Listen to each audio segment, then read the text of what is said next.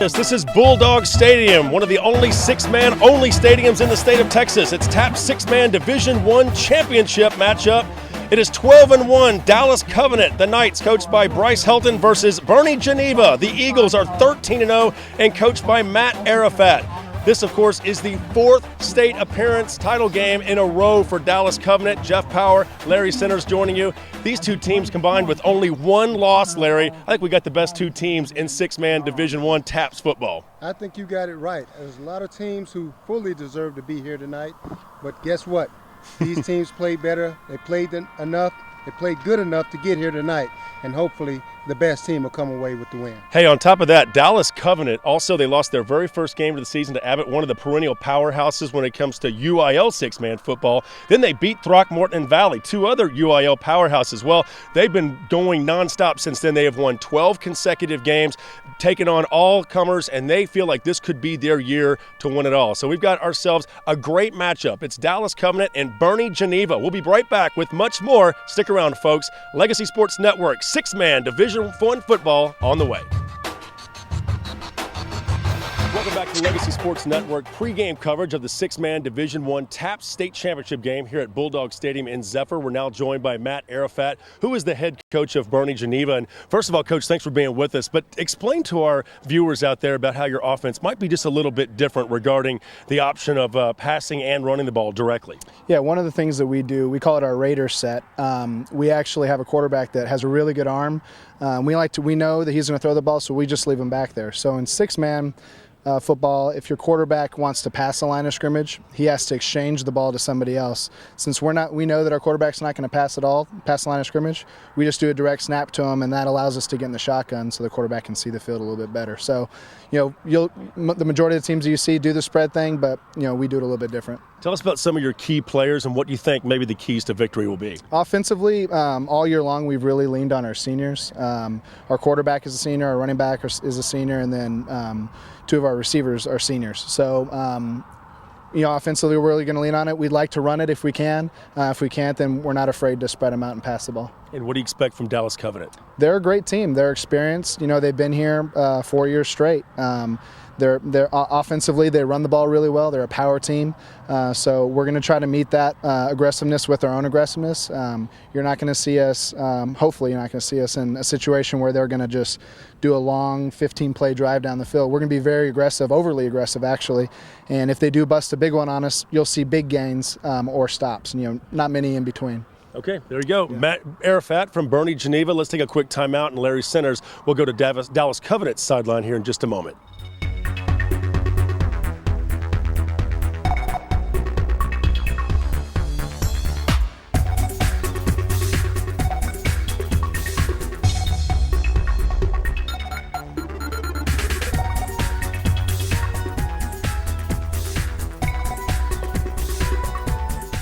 Hi, I'm Larry Centers, and I'm here with Coach Bryce Helton. Coach, championship game. Big-time game, one of the biggest of some of your guys' career. Sure. What are some of the keys going into this ball game? I think the main keys for us defensively is just contain. They got two pretty explosive offensive players, and then overall just do what we continue to do all season. It's work hard and just do our own job. Every play, beat our man. So. Beat your man. Now, you obviously played on an all-star team with the coach from the other team, Coach Arafat, right? Arafat? Right. Yes, sir. What kind of guy is he? He's a great guy. Didn't know him too long when I was there. Got to meet him during that time. I'd actually just torn my ACL, so I actually didn't get to play in the game. But he was one of the ones that kind of came alongside and got to wear the jersey and stay on the sideline and support those guys. But he was one of the ones that just developed a friendship then. But he's a great guy. I know a lot about him. Actually dated one of our girls from our high school, and I got to know him kind of well through that. So that'll work. Well, I'm sure you guys are looking forward to matching up tonight. Two good, evenly matched teams. Good luck to you out there tonight. Appreciate it.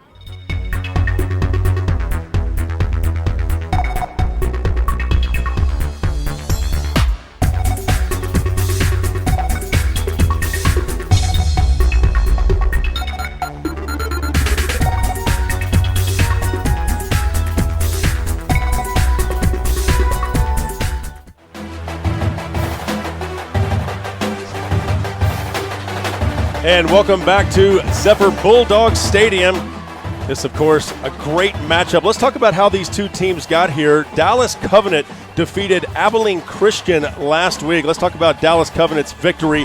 That game was actually played right here in Zephyr, but this is Geneva right here. So you can see Christian Light, he ran for 177 yards and 3 touchdowns, and the Eagles scored 8 TDs on their first 9 possessions. It was that kind of game as Huntsville Alpha Omega fell to Boerne Geneva 66-18 to advance to the TAPPS Division I state championship game, and that was a milestone game for Boerne Geneva. They've never been to the state title game. They are 13-0 for a reason.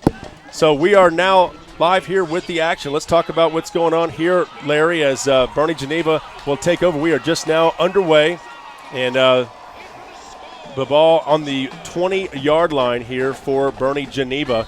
And we'll talk about Dallas Covenant here in just a minute on how they got here. Okay.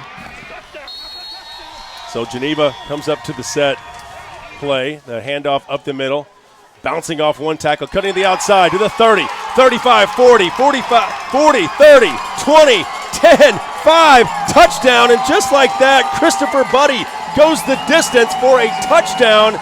You got it, 60 yards. What a fantastic play right there as Matt Arafat calls the right play. Christopher Buddy taking the handoff, doing a nice job of picking up the block, and then he is off to the races. Great job by Christopher Buddy here, avoiding the initial tackler. He's been a big part of this team all year. I think he's had 45 carries for 358 yards at 8 yards a carry. Doesn't surprise me with that big run. All right, so here we go. The 2-point extra attempt here is up, and it is good. And Marshall Brock with the 2-point conversion, of course, in 6-man. The extra kicks there are worth 2 points. And talking about Covenant right here on how they got to this point, well, they took on a good Abilene Christian school, the Panthers, and it was a rematch of last year's state championship. First drive, Panthers quarterback Michael Avila going deep, but it's broken up by Max Sellers, intended for Harrison Hancock. The Panthers had to punt. William Simmons hands off to Colby Boozer. You're going to hear that name a lot tonight. There goes Boozer for a touchdown. The junior breaking a couple of tackles, runs into the end zone. It was 8-0 Covenant. Abilene with the ball again. Abilene Christian, Avila with a quick handoff to Samai Masqué, and then it's quickly taken down by the Knights defense. And you get the idea there as Covenant went on to win 64-14. They're taking on Boerne Geneva. And again, Geneva opened this game with a big 60-yard run for a touchdown on the first play from scrimmage. It's already 8-0 here. So that just gives you an idea of what these two teams had to do to get to this point. And as we talked about earlier, Larry, they've both been on a roll. Dallas Covenant has won 12 straight games since losing the opener. And as for Geneva, well, they're in uncharted territory. They're in the state title game. They're 13-0. Matt Arafat has got them believing that this is their year. And I tell you what, no bigger test than taking on Dallas Covenant, a team that has been in this state championship game now for the 4th straight year. No doubt. Both of these teams come in with a tremendous amount of confidence, as you mentioned. You know, the bottom line is, in order to be the best, you got to beat the best. And I think they both have that attitude coming into this game. All right, here we go. Onside kick opportunity. Ball taken upfield to about the 35-yard line of Geneva. So Covenant will set up shop on the 35-yard line. We'll call it the 34. Again, this is Zephyr's Bulldog Stadium. Beautiful field right here in Zephyr, Texas. Here is the starting lineups, as you can see, for the Covenant Knights. Jacob Hookerson, Sam Barth, Benson Moore, Clark Martin, William Simmons, and Ben Cope. Pronounced Cope, looks like Coop, pronounced Cope. Covenant with the 2-back set. The handoff up the middle. Good gain to the outside, down to the 20-yard line, and that was Clark Martin with the nice run. Clark Martin coming off a big game last week. One thing that you can know about Covenant, they are loaded with tailbacks. They've got a good running game, as does Geneva. You're going to see more running in this game than passing, most likely. Yeah, Jeff, they definitely have a great running game. You look at Clark Martin. He's the workhorse of this operation.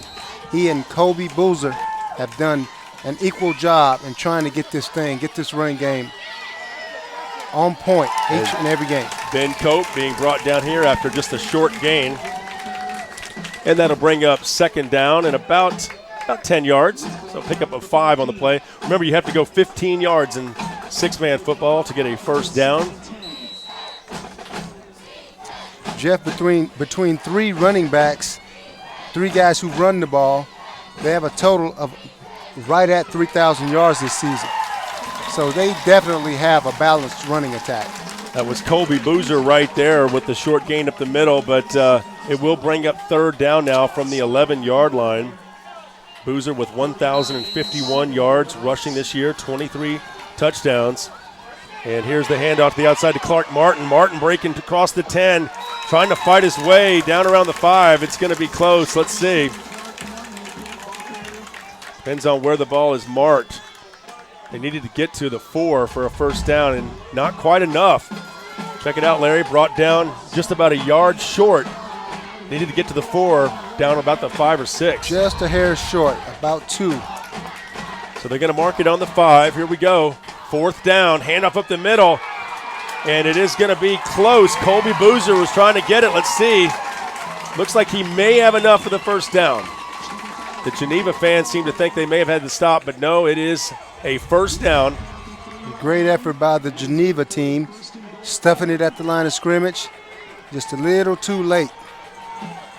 Got Preston Standifer leading the charge, but just a hair short. Colby Boozer now right up the middle, and there is a touchdown. So Dallas Covenant answers Boerne Geneva's touchdown, and they have drawn within 2 points at 8-6. So both teams' offense coming out, taking it right down the field and scoring touchdowns. Boozer's no stranger to the end zone this year. He scored 22 this year with a 10-point yard per carry average. All right, Covenant looking for the 2-point kick conversion here. Ben Cope with the kick. It's up, and it is good. So we're all tied up at 8:32 to play here in the first. Looks like we might have a flag down. Let's find out what the call is here.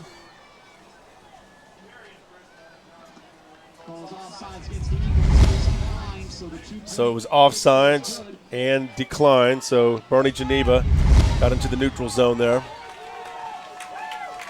So good opening drive so far for both teams, and you might have noticed most of that done on the ground. Hey, so far it's tit for tat. It's going to come up with who can stop the running game. So it's going to come down to, or who can convert and pass the ball effectively. You know, Covenant got to play here last week in that win over Abilene Christian, and I think that's important. That means that they've not only played on this field before, but they've been in the title game now 4 straight years. They've been here. They know what to expect. Boerne Geneva, they're new to all this, but sometimes you got to feel like, hey, you wonder what wears on the psyche more, being here 3 straight years and losing, or coming here for the first time and you've got an undefeated team? And it's hard to say. You know, I jokingly said in pregame that they must feel a little bit like the Buffalo Bills back in the 90s. You played for them, right? Played for them, but not during that time, I might add. But they must feel bad not getting over the hump. Hopefully this will be their chance to really make it all come together.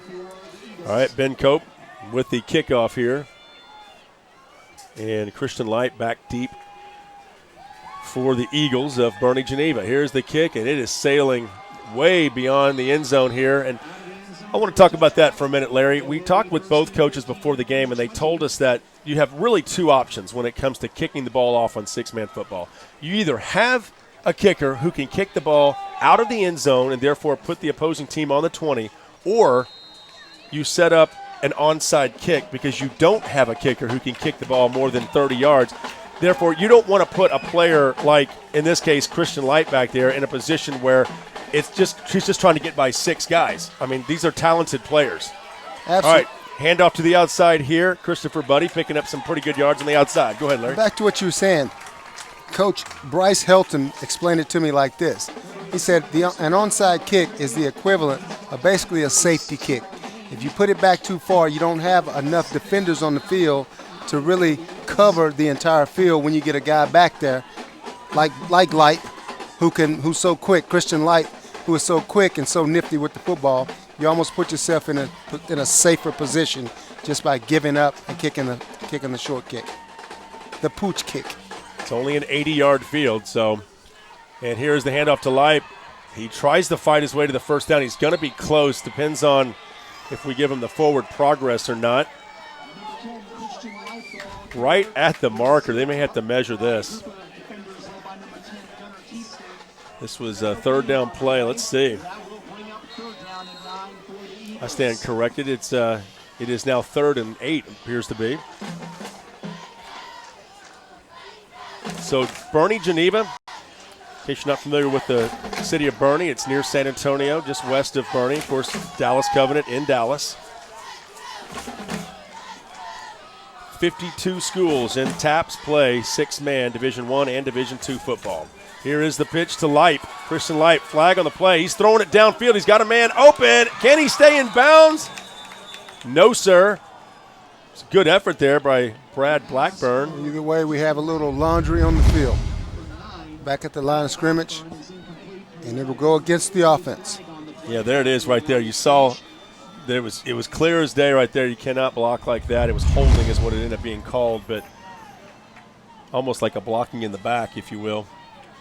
And there's more wide open spaces in 6-man football, so you find that more often. Now, they do officially call it holding, but what tends to happen is you don't really have linemen like you would in 11-man football. You've got the center, and a lot of times teams, we saw this earlier today in TAPPS Division II, that they'll use their backs as pseudo linemen. They block, but they're also there to maybe go out for a short pass, whatever's available. Okay. But you can see you got one lineman, and then you got a sort of a slot back, if you will, just to the right of the center. Leip takes the pitch. He's got the option. Once he takes the pitch, he can either throw it or run it. He does dump this one off to Marshall Brock. Brock trying to find some space. Oh, he gets knocked down at the 10-yard. He loses the handle. And that's going to be a touchdown for Dallas Covenant. Wow. Just like that, Clark Martin in the right place at the right time picks up the loose ball and takes it into the end zone. What a big play right there. Circle that one. Those are the kind of plays that win championships. Those are definitely game changers. When they scramble around trying to make something happen, doing everything they can to try to make a play, light. And you might notice there also, Larry, the pursuit was fantastic for Dallas Covenant. They had 2 defenders standing right on top of Christian Leip, but they also had a defender on his intended receiver on the other side. So they had the play completely taken care of. All right, penalty on the play here. Looks like offsides on the kick. And we'll kick this one again. The success of this last play was due to the defensive lineman not giving up. The play tended to last a tad longer than most plays. They didn't give up, kept their motors running, and came away with the turnover in the end. So Dallas Covenant will line up once again. This is Ben Cope trying to put up the 2-point conversion. It's down, and it's blocked. So a nice block right there by Zachary Jonas. He's a sophomore, and that will keep the score at, looks like now 14-8. 14-8. Dallas Covenant in front. They opened the game with a touchdown, made the 2-point kick, and just scored again, but missed the 2-point opportunity this time. And again, if they run the ball in after the touchdown, it is worth 1 point. And if you kick it, it is worth 2 points. So just the opposite of the 11-man game. Larry, we were talking about this. I saw some kids run up to you. They want to see that Super Bowl ring. Tell us about playing in that kind of environment when you're in that game. I mean, the hype that goes into the Super Bowl. I know that these kids feel like this is their Super Bowl. What are they going through? What are the butterflies? When do those butterflies leave your belly? Most of the challenge is leading up until the first kickoff, until you get that first bit of contact, and then you realize you're in a regular football game. You know, there are periods during the game where you have just a mind check and say, hey, this is the championship. For the most part, the butterflies go away and it's back to business once the clock starts running. So the kickoff here for Ben Cope, 14-8. Dallas Covenant leading the Geneva School of Boerne, also known as Boerne Geneva. Back deep for Geneva is Christian Leip, and this ball sails through the uprights and out of the end zone, and that will come back out to the 20-yard line. And, like you'd alluded to earlier, Bryce Helton talked about how hey, when the wind is at his back, no question about it, he wants his kicker, Ben Cope, kicking that ball out of the end zone. He wants to make Boerne Geneva have to go 60 yards every time they have the ball. They're going to have to earn their drives today. That's just good, solid coaching. Using the elements, using what you have in the kicker. And you can bet Geneva will do the same thing when they've got the ball with the wind behind them. Here's the pass downfield. Nice reception here by Brad Blackburn, and he's across the 35-yard line, and he's got enough for a first down. So a 16-yard pass play out to the 36. Good job by the offensive line. You see how the pitch right there opens up the opportunity. You can either run it or pass it at that point. Christian Lipe electing to pass it. Max Sellers on the tackle. Lipe avoiding the tackle, crosses midfield and down to the 38-yard line. It's hard to get used to midfield being at the 40-yard line, but of course with an 80-yard field, the halfway point is the 40-yard line. I've noticed already, it appears that Bryce Helton he's really attacking with a good, strong pressure. It appears that, Matt Arafat told us before the game he likes to run the ball, but if put in a situation where they have to pass it, they will be prepared to do so. And it appears so far that Bryce Helton of Dallas Covenant is trying to force Geneva into passing-type plays. And here's a run right up the middle. Gain of about 5 to 6 yards. Nice little carry. That's going to bring up third and about 5. Christopher Buddy. He's got a big, long body. It's important that he gets down low.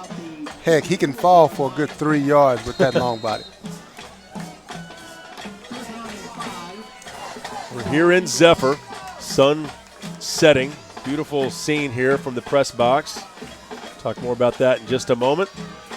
Under shotgun, and the pass this time out to his receiver to the outside. Nice piece of running there by Brad Blackburn. And Blackburn has got another first down here, down to the 26-yard line. Jeff, I think Blackburn came to play today.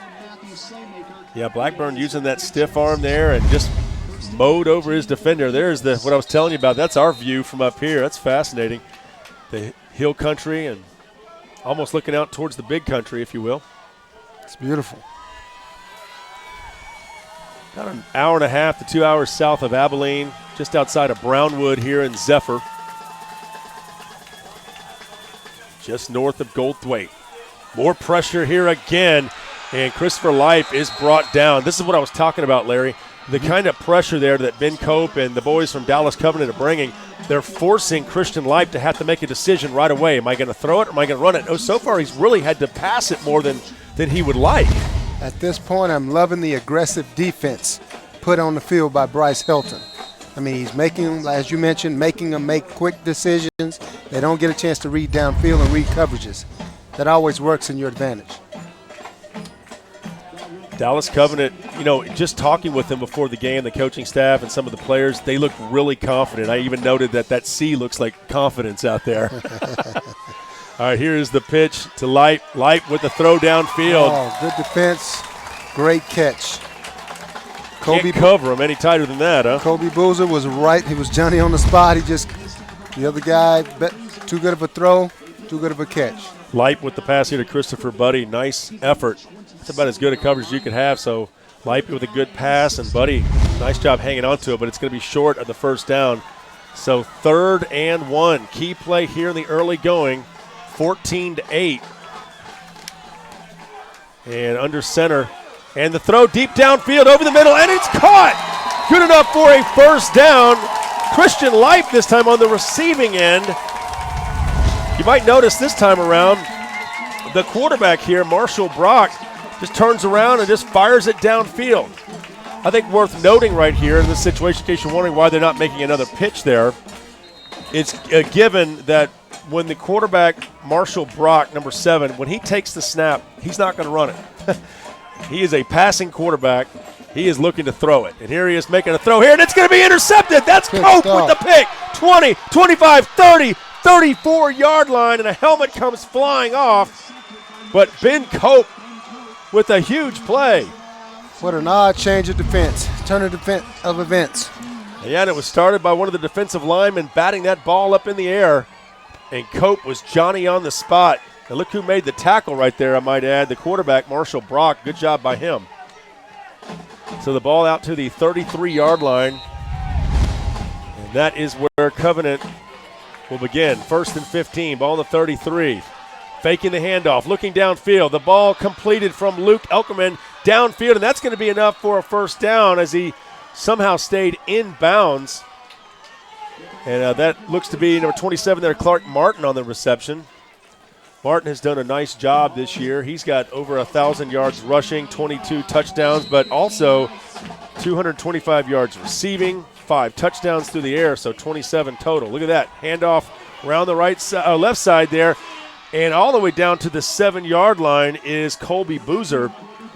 Boozer, no doubt about it, he is the cash cow when it comes to Covenant. And he takes the handoff here and just shows you what he's got. Big offensive line. How about that surge? Another good 1,000. Job. Put the ball in another 1,000-yard rusher's hands, and good things will happen. So 1st and goal in the 6. Now here's Boozer running the right side. Big hole. He busts through down to the 1-yard line. Did he get in? Looks like he's going to be short about a yard at the 2-yard line. Way to stick it in there, though, Mr. Boozer.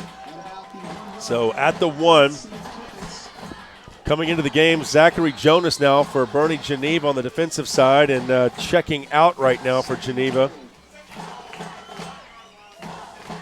Here's the handoff up the middle, and it is Boozer up the gut. Did he get in this time? Yes, he did.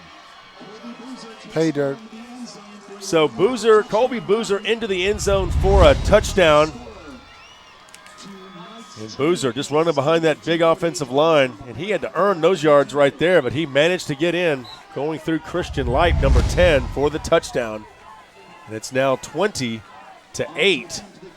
Dallas Covenant leading. So Cope on for the 2-point kick conversion here. Ball's placed down. The kick is up. This one nice and high and good. The key is on these 2-point kick conversions, you've got to find a way to get it up in the air high, because I tell you, those opponents, you don't have that many linemen blocking for you, so the defenders can get on you quick. That's why when you go for the extra kick there, it is worth 2 points. It's a difficult task. Got to get it up high in the air. We've seen quite a few blocked today. Yeah, we've already crowned one champion here today in the TAPPS Division II championship game earlier today. Seguin Lifegate Christian defeated Fredericksburg Heritage. It was a game that finished 60-14 in favor of the Falcons as they mercy ruled them. They scored on their first possession to start the 3rd quarter, thus ending the game being up by over 45 points past halftime. So the ball placed on the 30-yard line. Cope will kick off. 22-8. So far, Covenant looks very, very good. They look good defensively. I like what I'm seeing with their defense. Very fast pursuing defense, forcing the tempo. Their offense doing a nice job as well. Good mixture of running the ball and passing. Boerne Geneva, we'll see if they can answer right here. They've been very meticulous in every phase of the game to this point. Let's see if they can keep it going. Ben Cope with the kick, and once again, nailing this one. I think he's just having fun here. Kicks it through the uprights. It even hit the bar and went through. Let's just give him 4 points. What do you say? Why not? See not that they need it right now. The sun setting here, the haze in the distance. It is deer season, by the way. You were asking me earlier how many buck are out there. Well, 10-point. I think I see one out in the distance. That's a cow, Larry. So the ball placed on the 20-yard line. Larry coming in from the big city, from Dallas. All right, and the handoff right up the middle. Thought he had a pretty good little hole there, but that quickly closed for Christian Light. Good job of sticking the ball in there by Light. The offensive line gave him a little crack, and he trusted him and went for it. I think Boerne Geneva understands that they're going to have to pick up some yards the hard way on the ground, up the middle, and kind of soften up this Covenant defense a little bit. Covenant's been really heavily pursuing, and we've got an illegal procedure on Geneva. And I agree with you, Jeff. I think it's much too early in the ball game to abandon your game plan. Do what got you here. Dance with the one you brought. And they've been a running team. It's been successful for them. Don't abandon it so soon. Well, and it was an unsuccessful drive last time. I mean, Boerne Geneva, they looked like they were just not expecting that kind of pursuit on defense. And every time Leip had the ball, by the time he got the pitch, he had to make a decision right away whether or not he was going to throw it or run it. They were either going to lose yards or maybe the ball would get intercepted, as already happened. Handoff up the middle and tough yards up the gut for Christian Leip, and that's going to bring up third and about 10 yards. It's called 11. So this is definitely a passing down as we go inside 2 minutes now here at Zephyr's Bulldog Stadium. If you've never been out here to Zephyr, great little six-man community.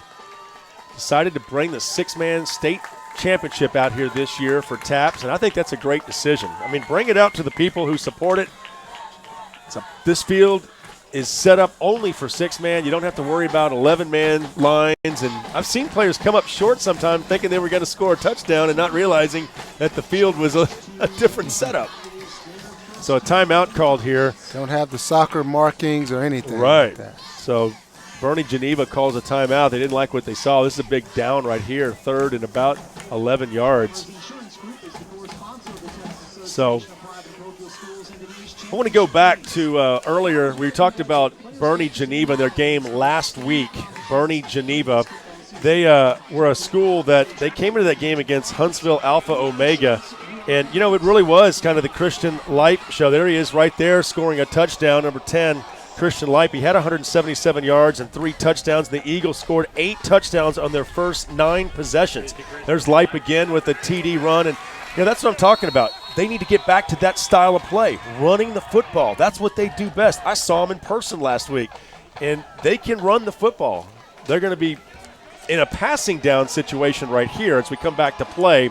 But we'll see. Boerne Geneva now with a third and about 10 here. We'll see what they decide to do. But it looks like a running formation. And another flag goes down. We had several people moving on that, but this time it might be on the defense, drawing the offense. Let's see.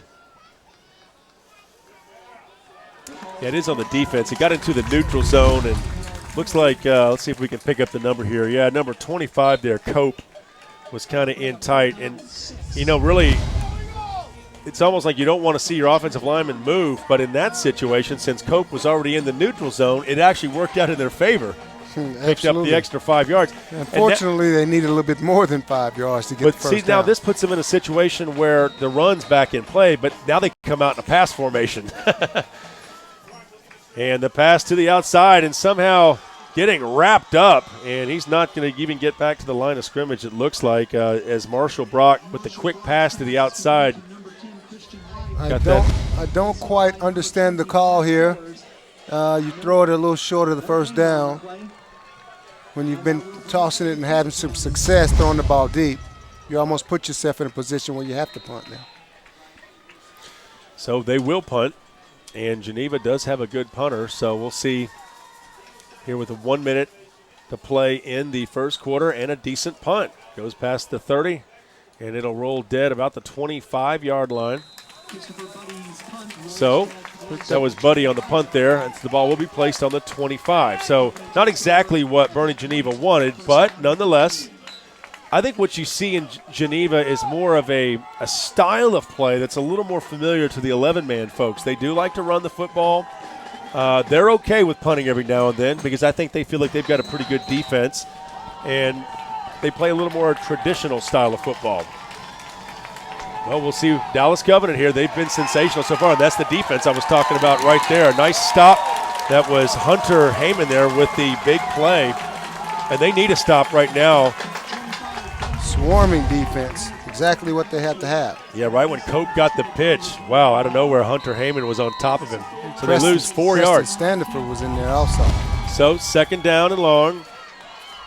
And the ball handed off up the middle. Another nice job defensively there by Geneva. One man on the quarterback, another man right on Cope who had the ball. That's the idea. Hunter back in on the tackle.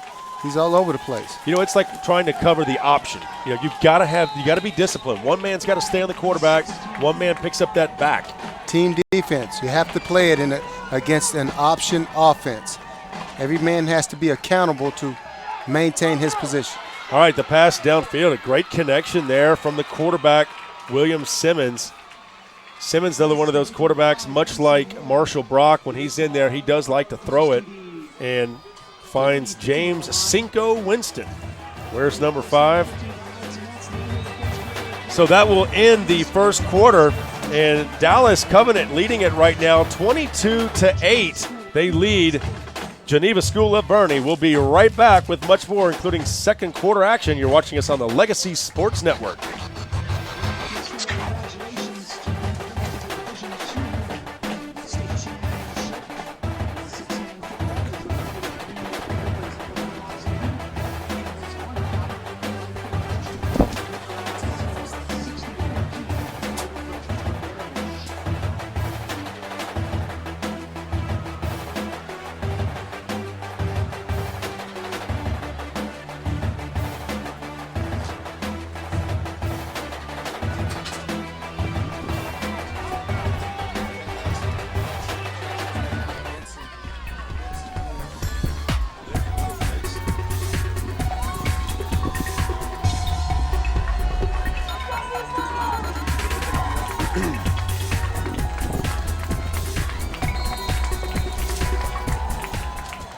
And welcome back to the action.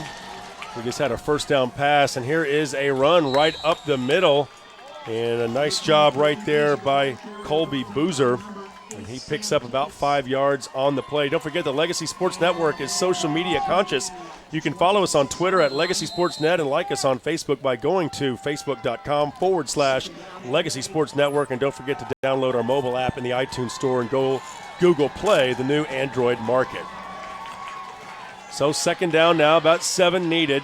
And here comes Boozer. He picks up the first down. Flag thrown as he crosses the 15-yard line.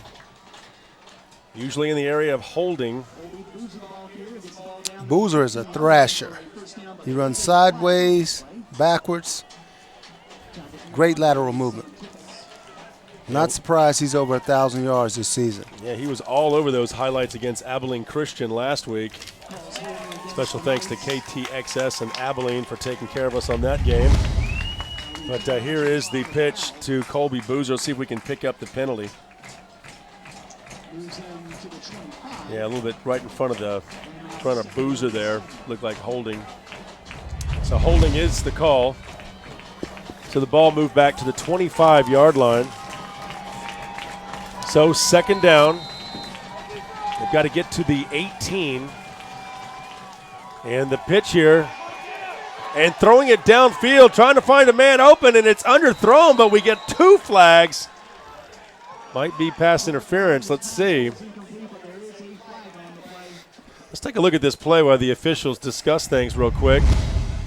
You can see the nice little pitch right there from William Simmons. He gets it to Clark Martin as quickly as he can, and Martin fires it downfield. And, yeah, no doubt about it. I mean, down the field was William Simmons, the quarterback. How about that? Quarterback running out for the pass play. Good job. Would have been a completion had he not underthrown the ball. Yeah, he had pass the defender beat.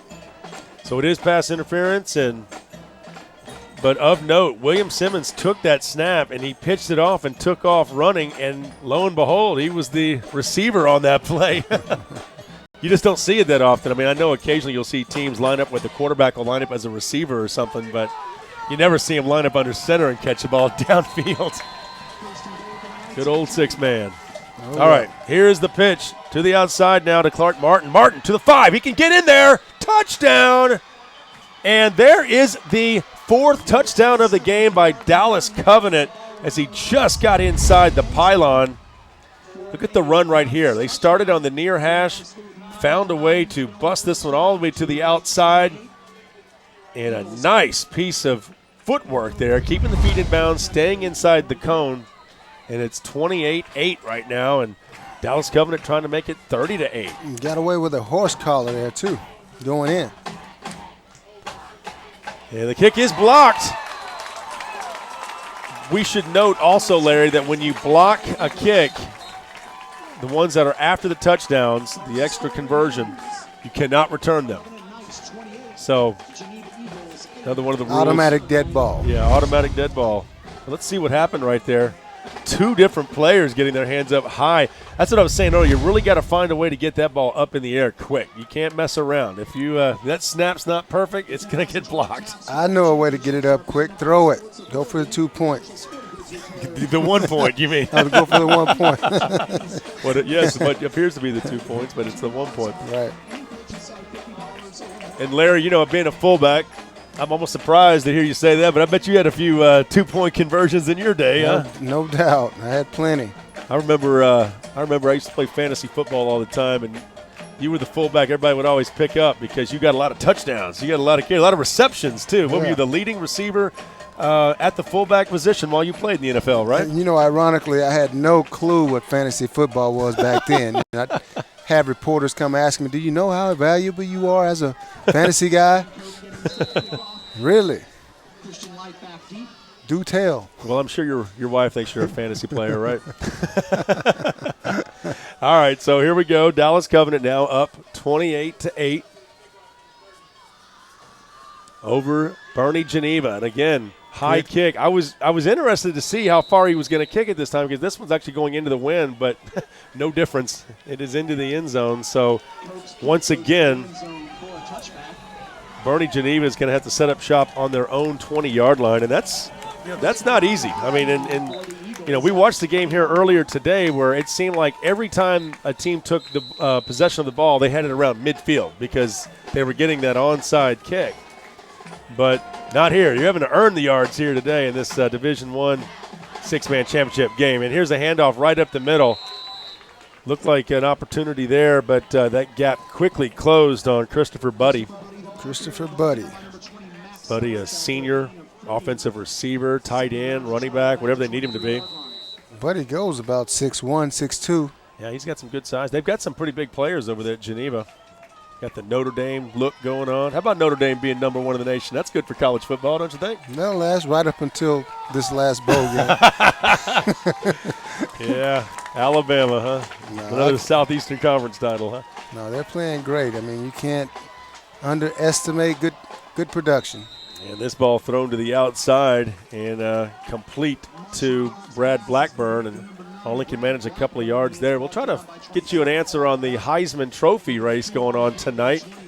Still about an hour or so away from that, but what do you think? Johnny Manziel got a chance? Well, of course, I'm biased. I'm a Johnny Manziel fan.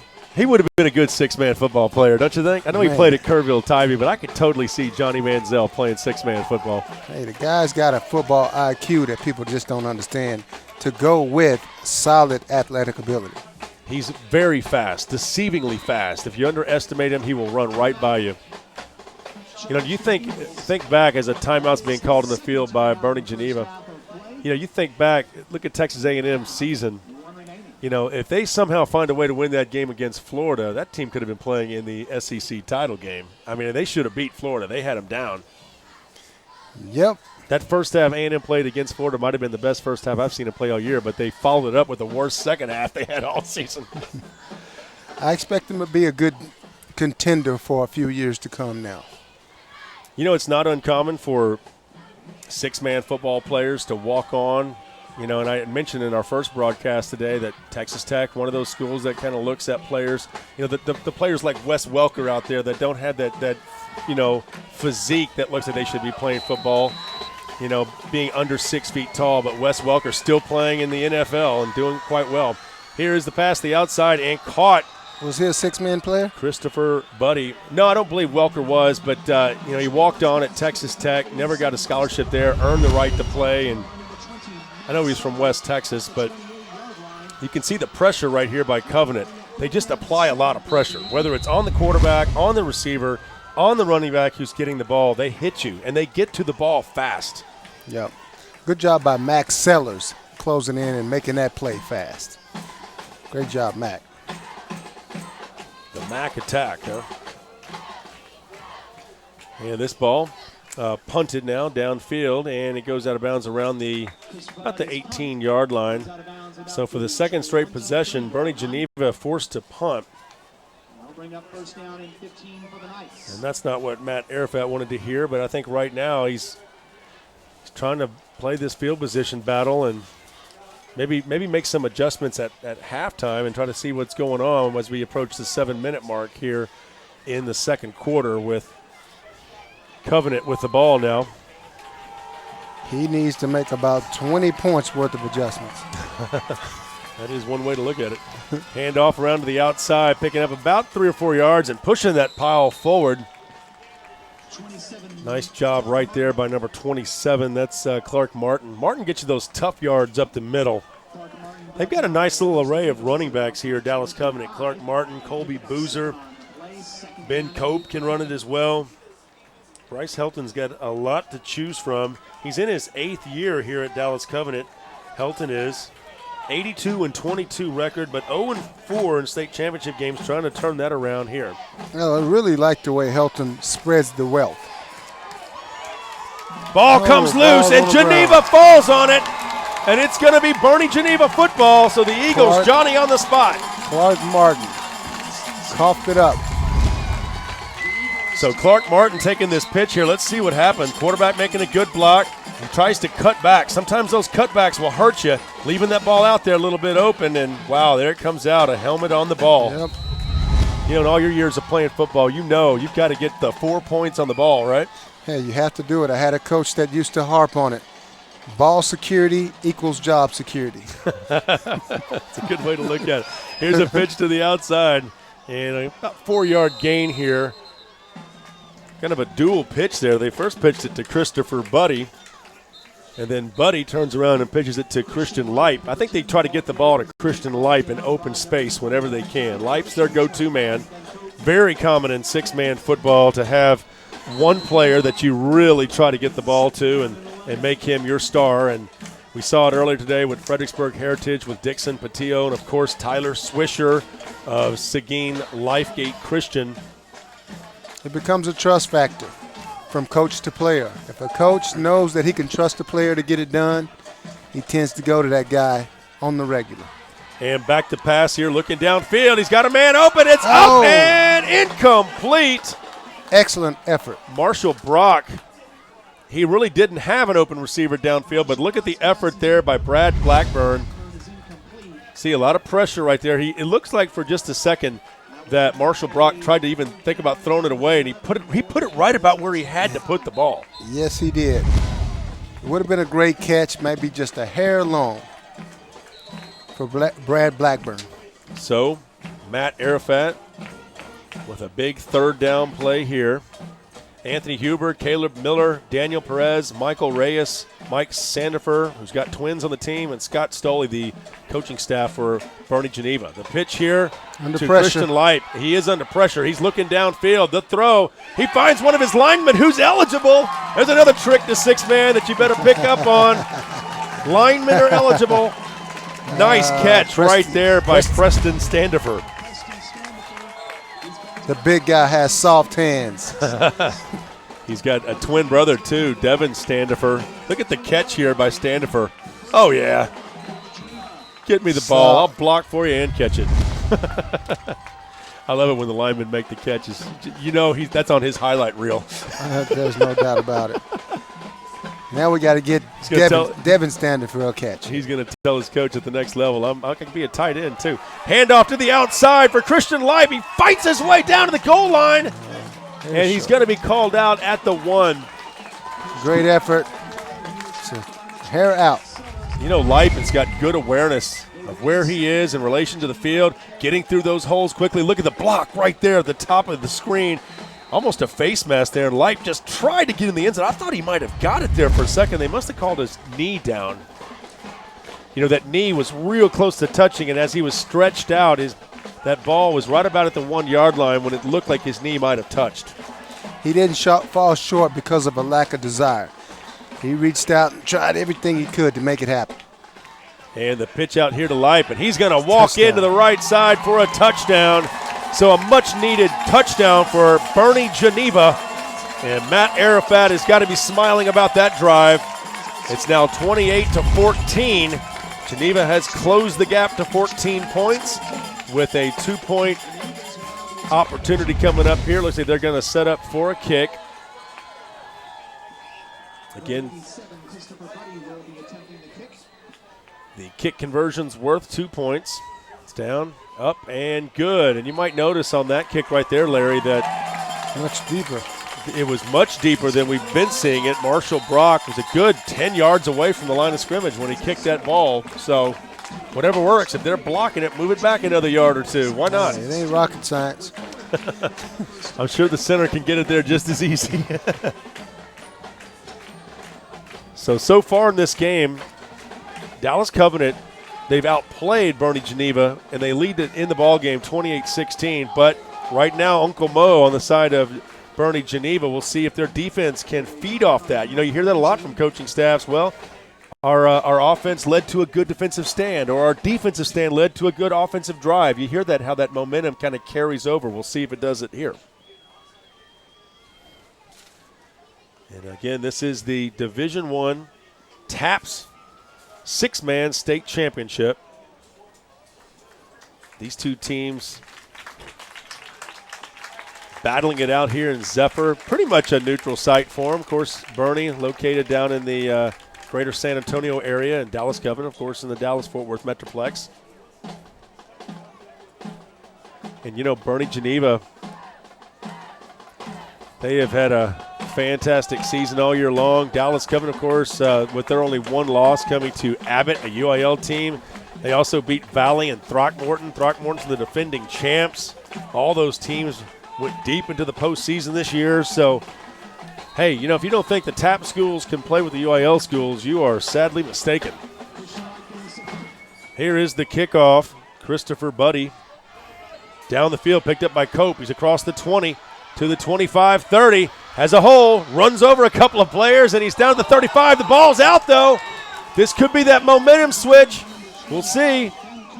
Geneva thinking they've got it, but looks like it's going to stay with Dallas Covenant. Good tough running by the runner here. Yeah, Cope taking that ball. That was a hard ball to pick up right there. It was coming at him pretty hard, had an unusual bounce. Cope loses the handle here late in the play. Right there, you see it come out. Yep. Cope's going to have to cope with holding that ball a little bit better. And the Geneva defense stepping up big here on first down. A 1 yard gain perhaps for Dallas Covenant.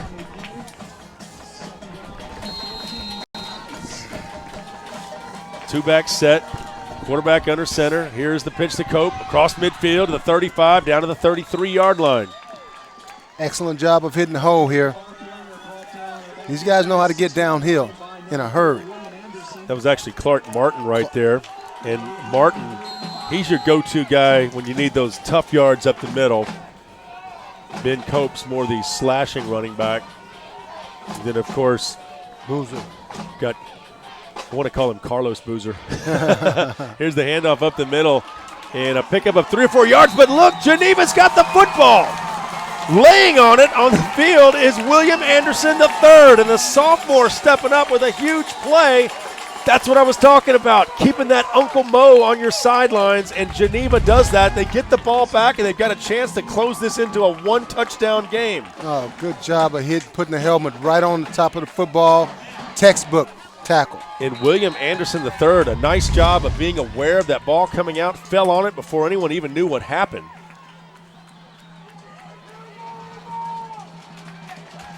Great opportunity here. Faking the handoff up the middle, and that is Christian Lipe up to near midfield for a gain of about 5 yards.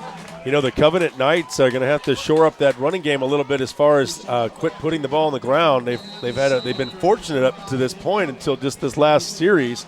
A couple times they've dropped the ball, but have managed to fall back on it. But that time, Boerne Geneva came up with the ball, and on first down they pick up about 4 yards.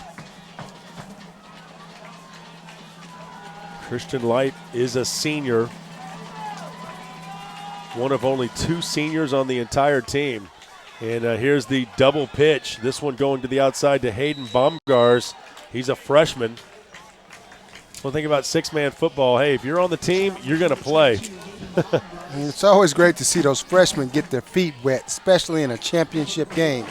That'll last them a long time in terms from a confidence standpoint. In six-man football, I'd say most of the teams, when you look at the number of players that they have out there on the field, you're normally looking at about 20 to 25 players. So as you can see, a lot of players are going to get a chance to get in there and play. Handoff up the middle. Cut. Yeah, Christian Light trying to pick up some yards, and wow, he's wrapped up. And again, that's that good pursuing Covenant defense. Dallas Covenant swarms well to the ball. The Knights are playing much better defense, much better team defense as the game goes on. Their players are all in the right place. They're really attacking the football. Wherever the ball is, you can count on there being at least one or two Covenant players there. So 28-16, as you see, Dallas Covenant leading Boerne Geneva. Boerne Geneva trying to find a way to close the gap here with 1:43 to play in the first half. We are here in Zephyr, Bulldog Stadium. Artificial surface. Good crowd on hand, I might add. We've got standing room only. The fans pack the stands. TAPPS, they do a nice job with getting the word out and getting these folks to come all the way out here to Zephyr. Great community. And the community of Zephyr does a nice job of receiving the six-man fans. We got a chance to actually head down to Brownwood and grab lunch over there, and Brownwood's a beautiful community as well. Like the way it kind of sits in the valley, or somewhat in the valley near the hills. It looks really pretty. Here is the Christian Light with the ball, looking downfield, trying to find someone open.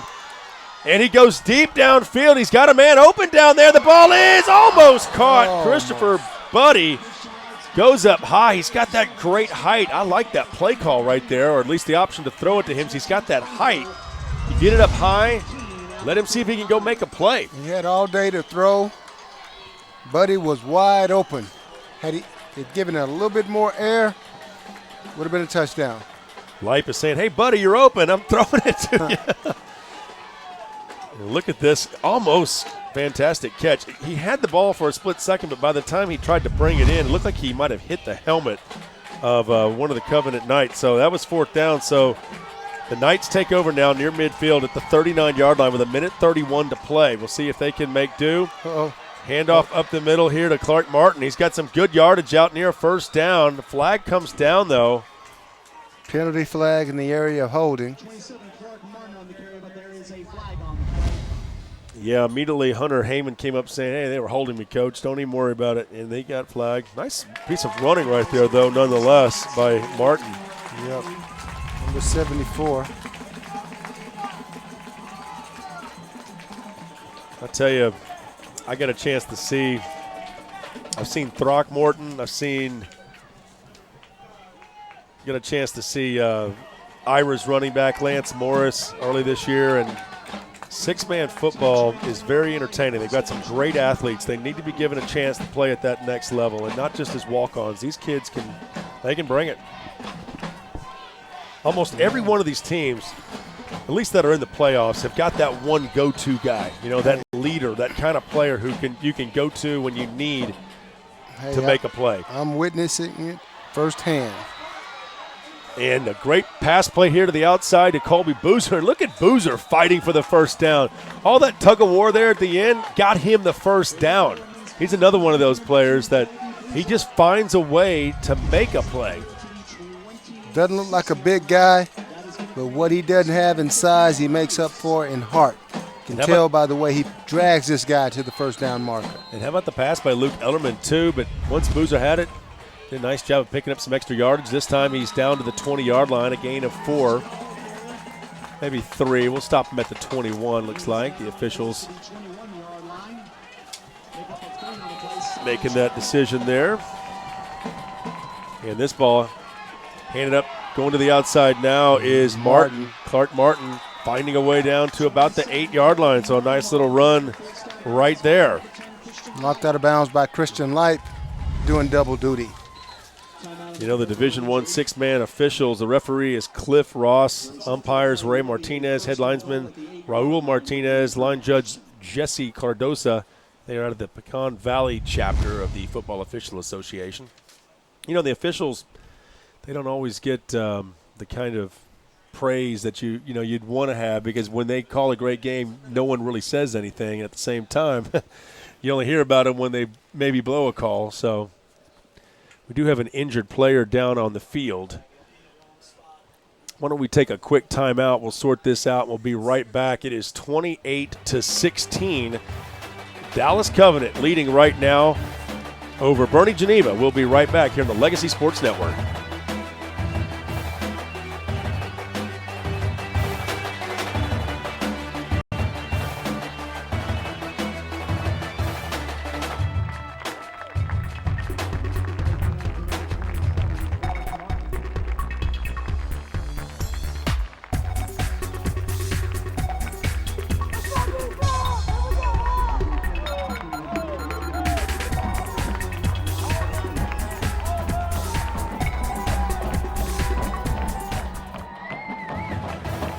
And welcome back to the action here. 6-man Division I championship game. And Clark Martin was the injured player on the field, but he ran off on his own there without any need of any assistance. So that was good to see. Martin, a key part of this Dallas the Covenant squad. And a timeout called here on the field. That is the final timeout for Boerne Geneva. The Knights can ill afford to lose Mr. Martin for the rest of this ball game. He's been such a big part of their offense and defense, I might add. I mean, listen to these stats about these running backs here for Dallas the Covenant. Colby Boozer, 1,051 yards out on 100 carries. Clark Martin, 1,050 yards on 118 carries. They're almost identical. And Boozer's got 23 touchdowns. Martin's got 22 TDs. And they both average right around 10 yards per carry. And then, just for good measure, Ben Cope can come in. He's picked up 786 yards on 98 carries, and average of 8 yards per carry and 23 touchdowns. I mean, that is some ball control right there. That's a ground game. And that's what Geneva's got to stop right here with 42 seconds left. And under center, Luke Ellerman. The handoff to Colby Boozer, and Boozer upended right around the 1 yard line, maybe the 2. Johnny, and the clock is running right now. Christian Light coming out of nowhere to make this touchdown-saving tackle. All right, let's get back to the action. 20 seconds and counting as they run up to the line of scrimmage. The handoff right up the middle. Is it enough? Yes! It is a touchdown. And that is just about a backbreaker. That run right there by Colby Boozer, and he earned that touchdown, and they picked that up with only 16 seconds to play here in the first half. And you know, that's a tough deal for Boerne Geneva. After they had the momentum, they had just scored that touchdown. And Dallas the Covenant comes back and scores with 16 seconds to play here in the half to regain that 2-possession lead. That touchdown definitely takes a little fire out of the halftime speech. So now it's 36-16, a 20-point lead for Dallas the Covenant. But, hey, you know, in 6-man, 16 seconds is an eternity. Get at least 3 plays off. Let's see. But you know what the problem is? We go back to this. Covenant's going to kick the ball out of bounds, so they're going to have to go 60 yards. And, you know, maybe we can possibly look at a field goal. By the way, worth noting, field goals, they're worth 4 points.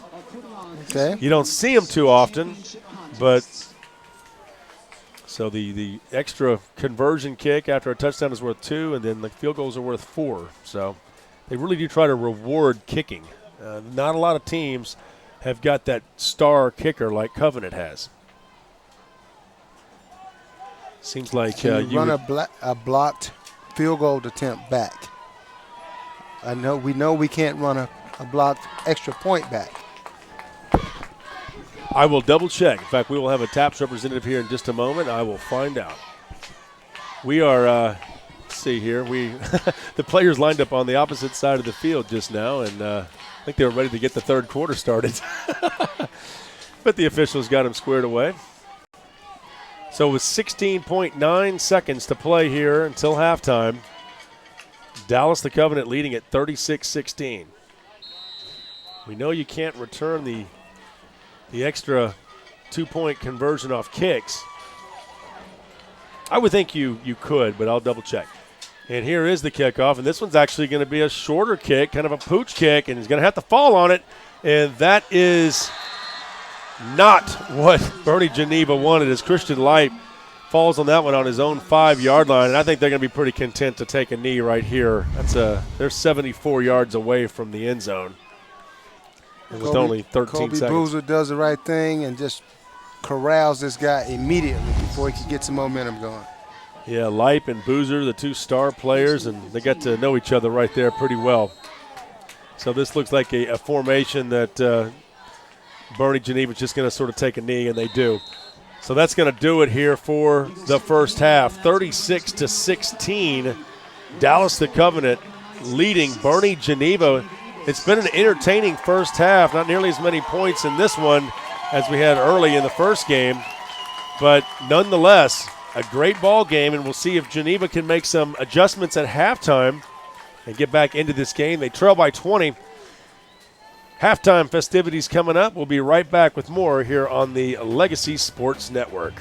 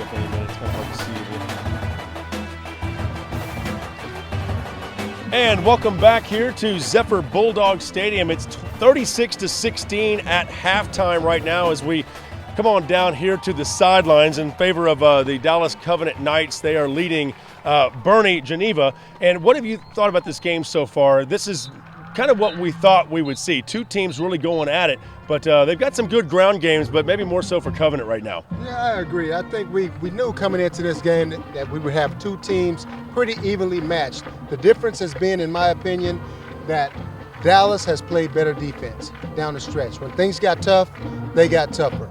They're loosening. They're not as loose as they were in the beginning of the game, and they're kind of keeping the other team off balance somewhat. Yeah, so Dallas Covenant, they've done a nice job, especially early on. They got out to a pretty big lead, got that 20-point lead, and then they had a turnover, which almost cost them. But Boerne Geneva was able to get one touchdown, but they couldn't capitalize after the turnover. And right there before the half, it was just kind of killer seeing Dallas Covenant score that touchdown with 16 seconds to go in the first half. And you played professional football. You know how devastating that can be when you've got Uncle Mo on your side, all the momentum, and you think you're going to go into halftime only down by a score. And next thing you know, they're in the end zone. Yeah, whenever something like that happens, it definitely quiets the halftime speech down a little bit. Coach can't scream quite as much and give you the type of hope that you would like for him to give you, because everybody kind of goes in on a down note. Hey, I want to talk to you a little bit about what the players are maybe going through right now. You've told me before that the halftime adjustments are the biggest adjustments in the game. What comes out in the third quarter will dictate what happens in this game. Yeah, I'm a firm believer that a game, most games, I should say, are won and lost in the beginning of the third quarter. If you come out and you make a statement as a team, especially if you're a team behind, you have a very good chance, a high percentage chance of becoming a winner and coming back from behind and winning a ball game. You know, Larry and I have something in common. We were both at the Super Bowl in Houston. The New England Patriots was the team you were playing for, of course. The game was played at Reliant Stadium in Houston. And I remember a lot happened in that game. Everything from Janet Jackson revealing herself to a game that was, I believe, scoreless at halftime. What happened in your locker room that changed things to where that game just went crazy against Carolina in the second half? Well, you know, amazingly, whenever I played with the Patriots, we were somewhat subdued compared to the other teams that I had played for during my NFL career. We knew exactly what we wanted to do. The game plan was solid from day one.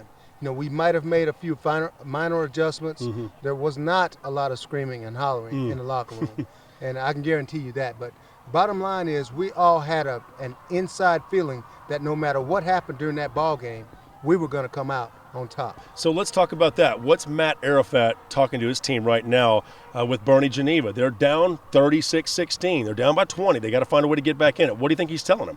I think Coach Arafat is telling them, guys, look, we took so many steps. We've been through so many places of adversity to get to this spot, to get to this championship game. It's time to go out and make it right, to finish it, to close it. If he can get enough of his guys in his locker room thinking that way, I think everybody else will catch on, and winning will become contagious. And how about Bryce Helton? They've been to the state championship game now 4 consecutive years with Dallas the Covenant. Is this finally going to be the year for them? They do have a 20-point lead. I think one thing they're probably not going to talk about is what's happened in the past, because I know they feel pretty confident they can get it done here in the second half. Well, whether they verbalize it or not, I'm sure they're thinking we need to get this monkey off our backs. You know, this can't be the fourth time we go and the fourth time we lose.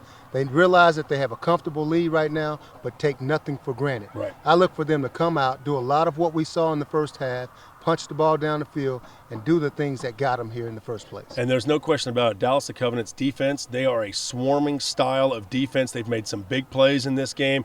I think that could be the difference. If they can find a way to keep swarming to the ball and making the big hits and put Boerne Geneva in a position where they've got to make those quick decisions of whether or not they're going to run it or throw it, that's going to dictate what's going to happen here in the second half. I agree. We noticed that early in the game, that the style of play seemed to be the defensive style of play by Dallas seemed to be an aggressive style that tried to make the opposing team, Geneva, make quick decisions. If they can continue to do that in the second half, I think they'll have a great chance of maintaining the lead that they have so far. Okay, well, right now it's 36-16. Dallas the Covenant leading Boerne Geneva. We'll have much more here at halftime, and we're here in Zephyr at Bulldog Stadium. Stick around, folks. We'll be right back. You're watching us here on the Legacy Sports Network.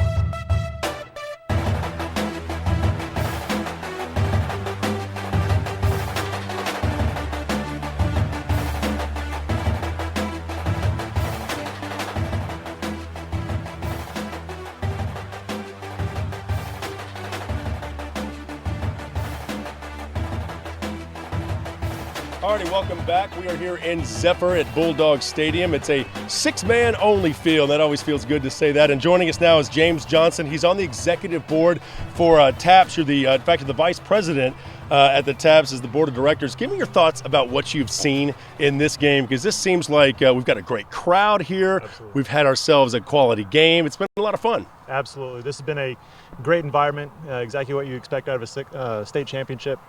Zephyr, the school here, has been absolutely wonderful putting this together. Obviously, it's a field that's designed for six-man, so that's been a tremendous addition. A lot of times you have to use a modified 11-man. So it's been an absolutely wonderful experience. Dallas the Covenant leading at 36-16 over Boerne Geneva. And I was just thinking, you guys moved it out here to Zephyr. What has been the response from the fans so far? Very favorable. I think the facility is the major draw. Mm-hmm. Even if it's a little bit of a drive, this is a big state. Someone's going to have to drive no matter where you put this game at any level of competition. So a little bit of a drive. However, I think once the people get here, they realize what an amazing facility this is, and it was worth every mile they put on their car to get here. And on top of that, it's almost an exact meeting point for these two schools. You've got a squad from the Boerne, which is near San Antonio, and then of course Dallas the Covenant, and that's almost equal distance. Absolutely. You wish you could look into that crystal ball and find out who is going to play when you set these sites up. Right. But in this case, it worked out absolutely perfect for us. Any final thoughts? I mean, there's 52 schools playing TAPPS six-man in Division I and Division II, and it seems like it's growing. We talked about this earlier about how even in Central Texas now, we had a couple teams playing in the D2 championship earlier. Absolutely. It's growing all over the state. Absolutely. Six-man used to be a real West Texas, remote areas of the state that couldn't field 11-man, but six-man is booming, especially in TAPPS and the private schools. A lot of the smaller, private schools that don't have enough to field 11-man are experiencing what the West Texas public schools have been, having for years, which is just amazing, great football. All right, James Johnson, we do appreciate you being with us. Absolutely. We'll be right back with much more from here in Zephyr. Stick around, folks.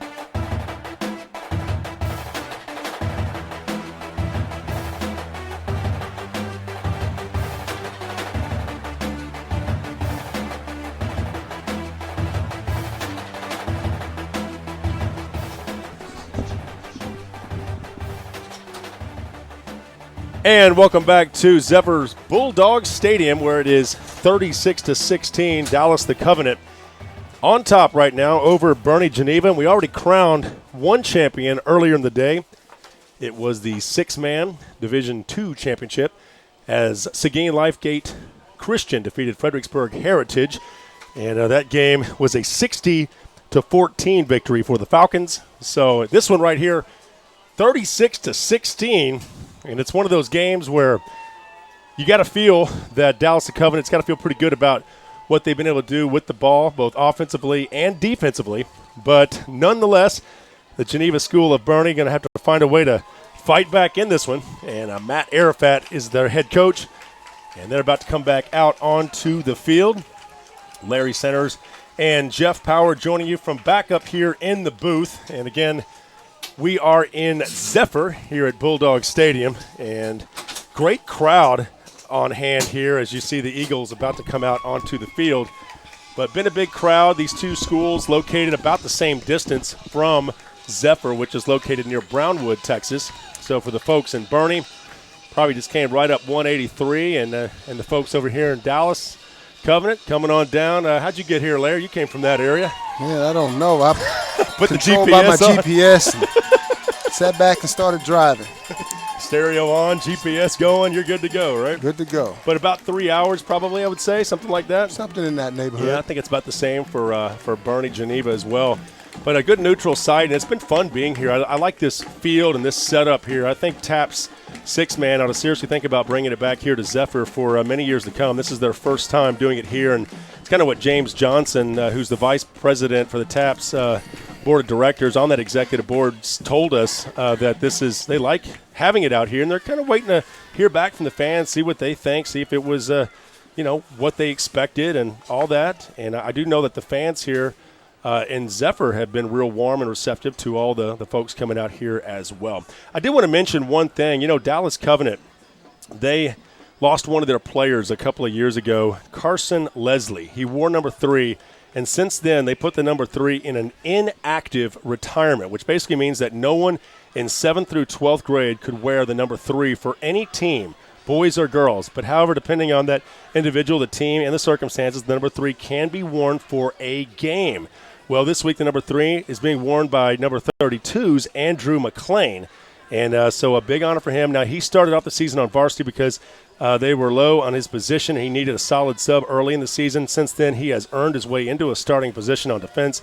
Andrew's mother, by the way, was battling cancer and lost her life due to cancer earlier this week, so tough blow for him. But Andrew McLean wearing the number 3 jersey to represent not only Carson Leslie, to honor him and the team, and I'm sure the fans and the folks in the Leslie family, Dallas the Covenant, proud to see the number 3 out here on the field, and this could lead to a possible championship for Dallas the Covenant. So we are underway here in the third quarter, 36-16, Dallas the Covenant leading, and they take the ball here on the opening kick, and big return right there, and a nice job of running by Colby Boozer, and he's met right about the 20-yard line.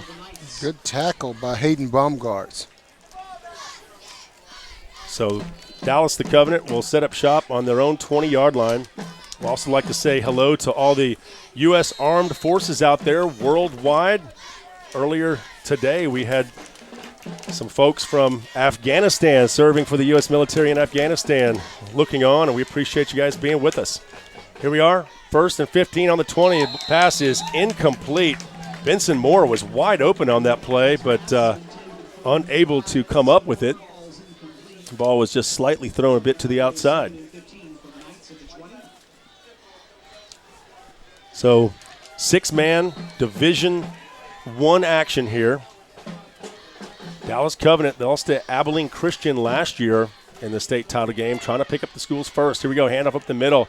Nice run by Clark Martin, and down he goes, but not before he picks up a few yards, and that'll set up an interesting play call here, about 3rd and 7, 3rd and 8. That was the wind blowing right there, Larry. West Texas wind. We got a big front blowing through here tomorrow.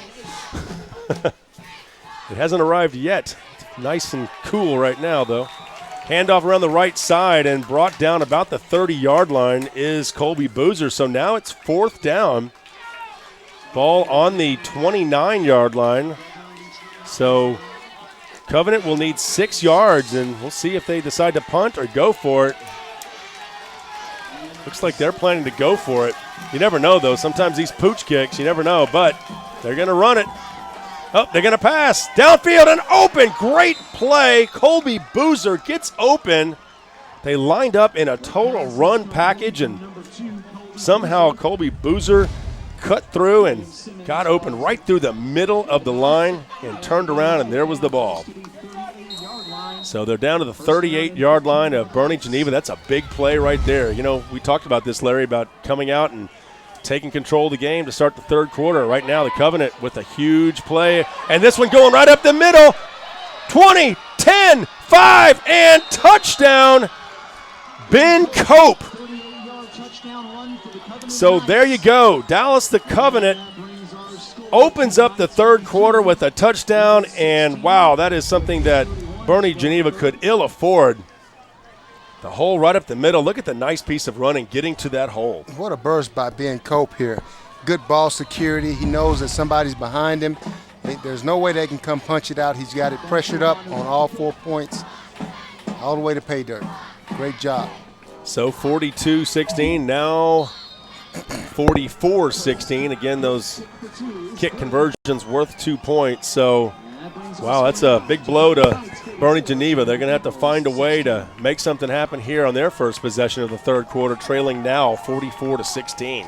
Yeah, I don't want to be premature, but at some point, Boerne Geneva is going to have to resort to throwing the ball and conserving the clock. We're at 8.5 to go in the third. We're down by quite a bit. It's time to start taking some drastic measures. So they're talking things over right now. Bryce Helton has done a great job with Covenant. Looks like they've had a good game plan. Their defense been swarming all over the field. Had a nice mixture of the run and pass. Matt Arafat here with the Geneva School of Boerne has pretty much tried to rely on Christian Light, but it does appear that Dallas the Covenant has been right there. Wherever Christian Light has been, Dallas Covenant has been swarming towards him. But Light is back right now, and he is a senior. The offensive spread back, as he's known, returns kicks. Often in that position where he takes the first pitch so he can throw it, or at least have the decision to either throw it or run it. So Christian Light back deep, and here is the kick from Cope. Light takes that as 24, across the 30, and it will be brought down at the 31-yard line. I think it's also time to try to get Christopher Buddha back in the game. He made some big plays early in the ball game, and for a couple of quarters now, he's been hasn't been on the field much, hasn't been doing anything. Yeah, wearing number 87, kind of lines up as a tight end. He's an offensive receiver. He's a senior. And he's your buddy, Christopher Buddy. Faking the handoff to him right here. Oh, he does take the handoff, and he pitches it off to Christian Light, who's looking downfield. He's got two receivers down there, but he underthrows them, and it's intercepted. And that was Matt Slaymaker making the play. Well-designed play, just came up a little short on the throw here. Yeah, check it out one more time. As you can see, Christopher Buddy taking the pitch, then he slings it back to Christian Light. Light unleashes the ball. He was under a little bit of pressure there, had two receivers downfield, and they were both beyond the defense, but the ball was underthrown. If he put that ball 10 yards further, that would have been a touchdown. Those guys would have run underneath it, at least one of them. So here comes Dallas the Covenant. Ball comes out. Fumble. It is on the ground. It looks like Dallas the Covenant managed to get back on it. Let's take a look at this one more time and see what happened. Yeah, exchange problem. That ball was never tucked away. Came out right away. That exchange on the handoff. That's a turnover, isn't it? Well, they ended up getting it back. Okay. Dallas Covenant found a way to somehow fall back on it. That ball squirted loose at least one more time after that replay ended. Good tackle on the play right there. Yeah, Preston Standifer. He and Devin Standifer having pretty good games here for Boerne Geneva. They're twins.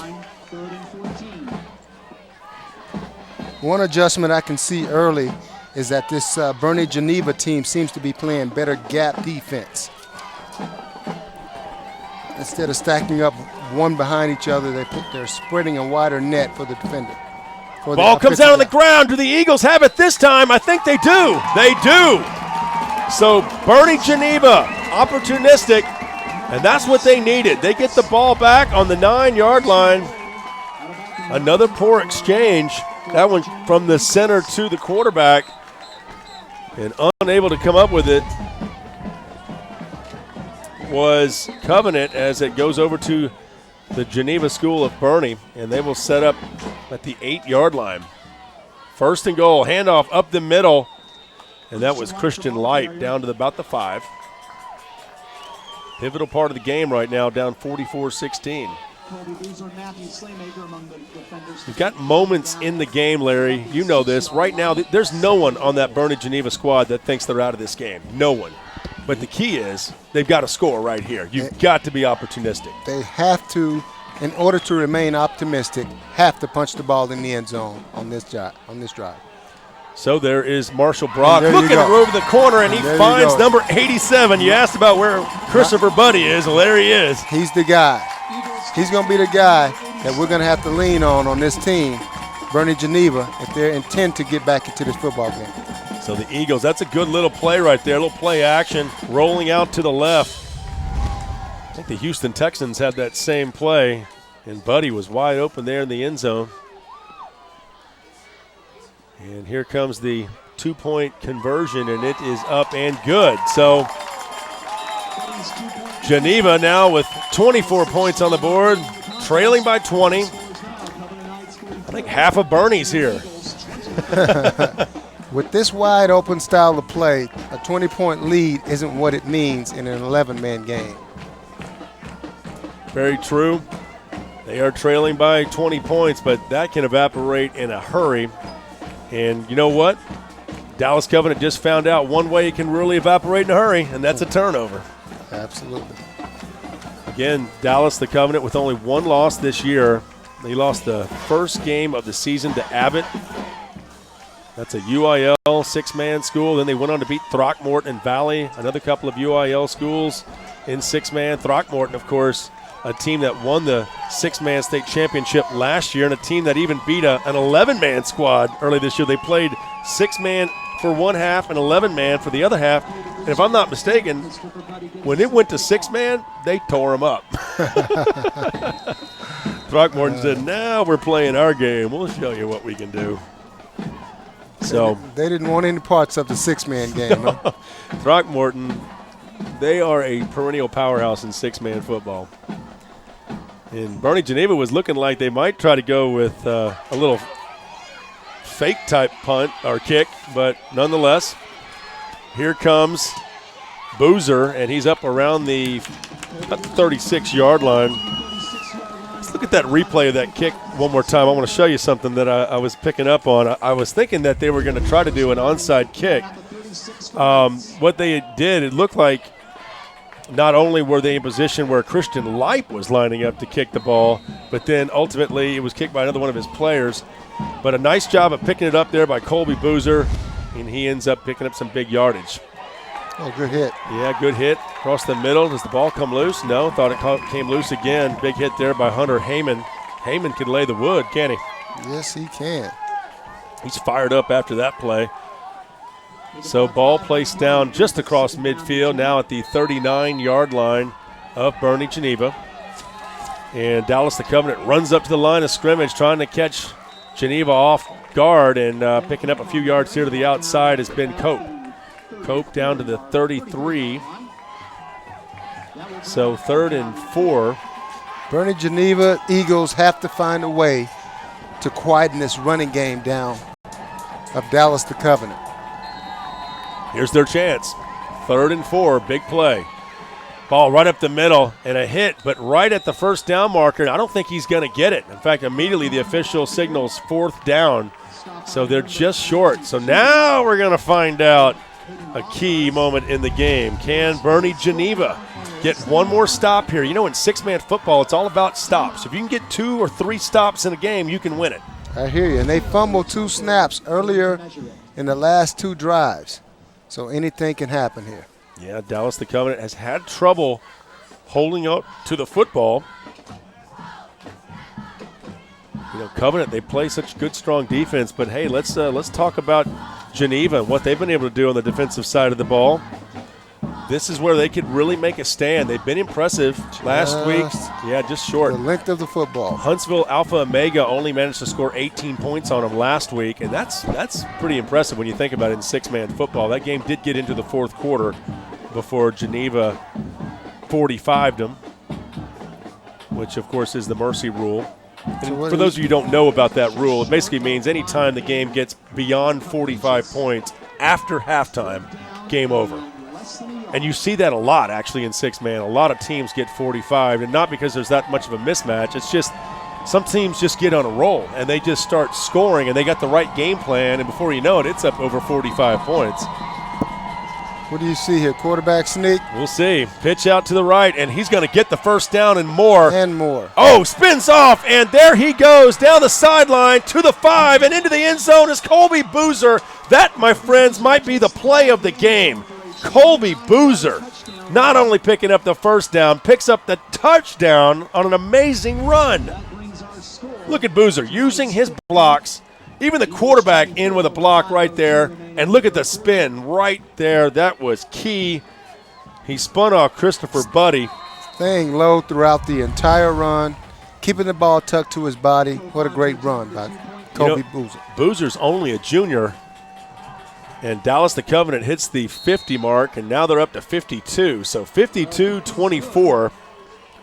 Dallas the Covenant leading here in the third quarter with 5:02 to play. That is just a killer for Boerne Geneva. You see Covenant there pretty pumped up. They know that, wow, that was a huge play. It's going to take a lot of effort from the Geneva School of Boerne to get back into this one, trailing now 52-24. But, hey, anything can happen in six-man. Anything can happen. Is right. You know, you played for the Buffalo Bills. I think back to a game when they led, the Houston Oilers led the Buffalo Bills in 1994. And, in fact, it wasn't just that Buffalo trailed in that game by, I want to say, 5 touchdowns. But Houston even scored the first touchdown on a Vernon Perry interception return for a touchdown. Throwing some names out for you. Talking about the Music City Miracle? No, I'm before that one. This is when Houston blew the biggest lead in franchise history. This had a lot to do with Houston becoming the Music City Miracle. They left after that one. You can tell I'm from Houston. Yeah, we miss the days of Bum Phillips being around there and the Love You Blue days. There was the run and shoot work for him under Jack Pardee. Of course, Jack Pardee played six-man football. There we go. I knew I'd find a way to circle back around and tie it in. Onside. Yep. Out of Pseudo bounds. onside. And it goes out of bounds, so Geneva will get the ball up around the 30, I believe. So, or they could take the penalty. Let's see. Maybe they'll take the penalty.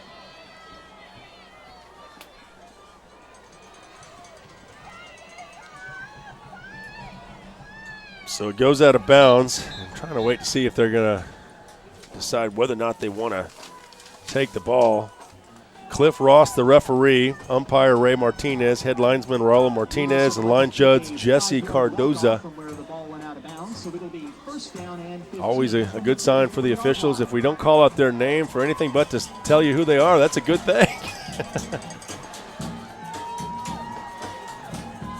So here we go now. 1st and 15, ball on the 34-yard line. Boerne Geneva. And here is the pitch to the outside. Once again, Christian Light looking for help, and this time he is swarmed under and brought down. The officials call the whistle, and Light doesn't admit it now, but I'm sure later he'll be glad they did. He was getting swarmed under right there. That was a good job of defense by DTC.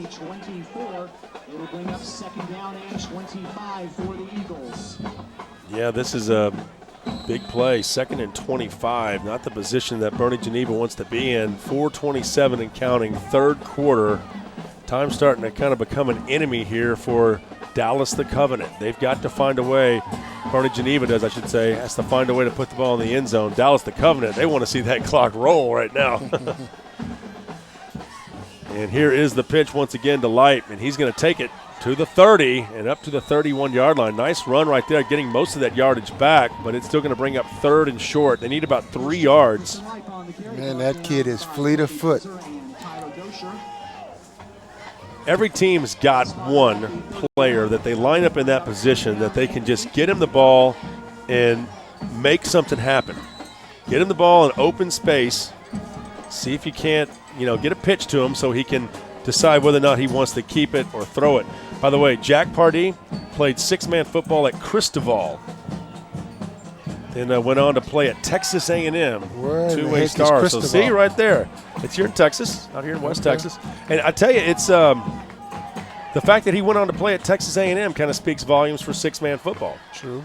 And here is the throw downfield by Lipe, I was waiting to see if he was going to connect that with Preston Standifer again. Standifer, of course, caught one ball earlier in the game, but he can't come up with this one. So now it's 4th and 3.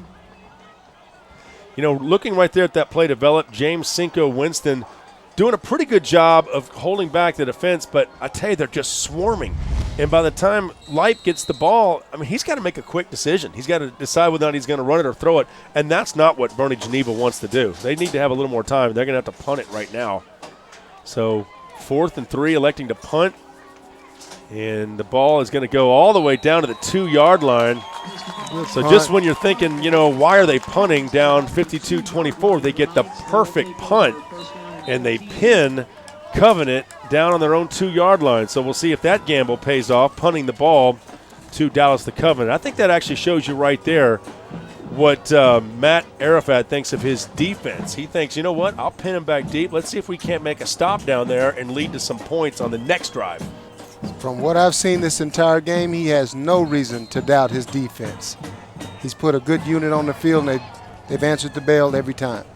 So here is Dallas the Covenant with the ball, looking to the outside and being brought down pretty close to the line of scrimmage. Again is Colby Boozer. Key series right here as we close in under 3 minutes in the third quarter.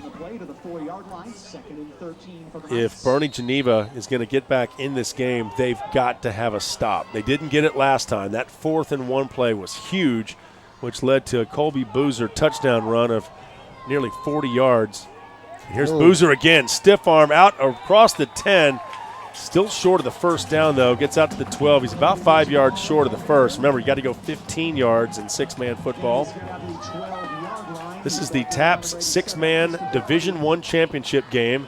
Some big boys out here. This guy's got some good size. 52-24. Dallas the Covenant leading Boerne Geneva. Handoff, and there is a big run by Colby Boozer. 40, 30, 20, 10, and Boozer is into the end zone for a touchdown. Wow. No flags. Unbelievable. Once again, Boozer on a key play comes up with a huge run, uses the stiff arm, gets by his man, stays in bounds, and look at that burst of speed right there. Turns around to check and see if anyone's around. Might as well run a few more seconds off the clock there at the end. Might as well. I stayed corrected on that defensive unit. Yeah, something about knocking on 60 points makes me think that they're not quite playing the defense they would like to. And it's because of big plays. You know what? They'll stop them on 1st and 2nd down, but on 3rd down, they have not been able to stop Dallas the Covenant. Now, they do get the block right here. You know, that's an interesting point that you name it, 11-man, 6-man. We do have an injured player down on the field right now. It is a Boerne Geneva player. We'll check on his status here in just a moment. But I did want to touch on one quick point. Anytime your defense, if they can stop a team on 3rd down, that's always so key. Because 1st and 2nd is almost a given. You can kind of keep a team in check within 10 yards. But that 3rd down play is so key, and that is really where the game has been won today by Dallas the Covenant. Converting the 3rd downs. We do have an injured player on the field, and it is a Geneva School of Boerne player. Cannot quite read his number. Let's take a quick timeout. We'll sort it out, and I can tell you right now he is coming to his feet. That is a good sign. Let me go ahead and at least tell you that it is Zachary Jonas, and he is on his feet, and he is walking to the sideline, so that is a good sign. Kind of putting as little pressure as possible on his left leg, and it looks like maybe even his right shoulder. Not wanting to put any weight on it whatsoever, but good to see him walking off the field. And a valiant effort. You know, these guys they're playing their 14th game of the season. You know, you get this far into the season, you can tell everybody, Larry, that you get this far along, you know, there's injuries. Every player's got at least some sort of form of an injury because you've been playing now for, 14 weeks. Yeah, a big part of it this time of the year is just managing the injuries that you sustain throughout the regular season and trying to keep those in check. And you're battle tested at this point, no doubt. And I'm sure these guys are having some aches and pains, that probably even some new ones in this ball game. You know, one thing that kind of goes under the radar, a lot of these schools that are used to playing in the postseason, they get those extra games. They get the extra games and extra practices, more importantly, in the postseason. Every week they stay alive is one more week they play football. And who knows, they may learn something that could change their career in that extra week and live a life of playing football. You never know. You never know when the light's going to come on. You know, you went to Tatum. Tell me about, you know, there's a lot of kids out there who want to know, okay, how do I get to the next level? What did you do to get the eye of SFA, Stephen F. Austin, and then even beyond that? I mean, to go from SFA in the Southland Conference and get to the NFL. Did you put together a tape? Was there a reel out there? What do you do to sell yourself? You know, with the applause of all of our listeners out there, I'm going to start out by saying you got to keep your grades right. Okay, there you go. Okay, you got to keep your grades in check, and you got to keep your attitude in check, and then on top of that, you have to play some good football. Some outstanding football. So Cope there with the kick, the onside kick, Ben Cope. You know, most people misunderstand that it's just about how well you can throw a football or catch a football or make a tackle. That's not necessarily the case these days. I was at a game last week after I watched Huntsville Alpha Omega fall to Geneva. I went down the road and saw Sam Houston State play Cal Poly. And I tell you, the Southland Conference has got some good football. Deep pass downfield, wide open and overthrowing his receiver. Christopher Buddy had his man beat, but Marshall Brock, he wishes he could have that one back by maybe just a foot because he just slightly overthrew Got to lay out for that one, buddy. Got to lay out for that one, buddy. Good throw right there, and Buddy heading downfield. And, yeah, on that situation, maybe just go ahead and make that dive. And the advantage of the dive, you buy yourself that extra split second by allowing the ball to fall into your hands about 5 feet further into the pass. That in some cases ends up being the reason how you make that catch. I think about Lynn Swan's catch against the Dallas Cowboys, where he laid out, made that incredible catch in the Super Bowl at the Rose Bowl, I believe that was. Prime example. All right, there is a good pass. That is about a 5-yard gain. And that is Christian Lipe on the receiving end of that play. So that's going to bring up now 3rd and 10 yards. It might be a little premature to make this statement, but from what I've seen so far during this ball game, the Covenant School is slightly outmatched. They're slightly outmatched. Well, they're matching there you go. the Geneva School. In maybe every phase. In terms of game plan, in terms of intensity, in terms of execution. I'm looking at all of the above. They're just the Geneva team is being just a tad bit outmatched. And I think it's important to remember that the best team doesn't always win, but the team that plays the best on game day usually is the team that wins. Yeah, you've got good athletes out there on the field on both sides of the ball. And Dallas, the Covenant, maybe just slightly better outperforming Geneva. But look at the catch right there. Great catch. It's going to take plays like that to get Geneva back into the game. And there's the pseudo dive, if you will, by Zachary Jonas. What a great catch. And that's also an indication of heart.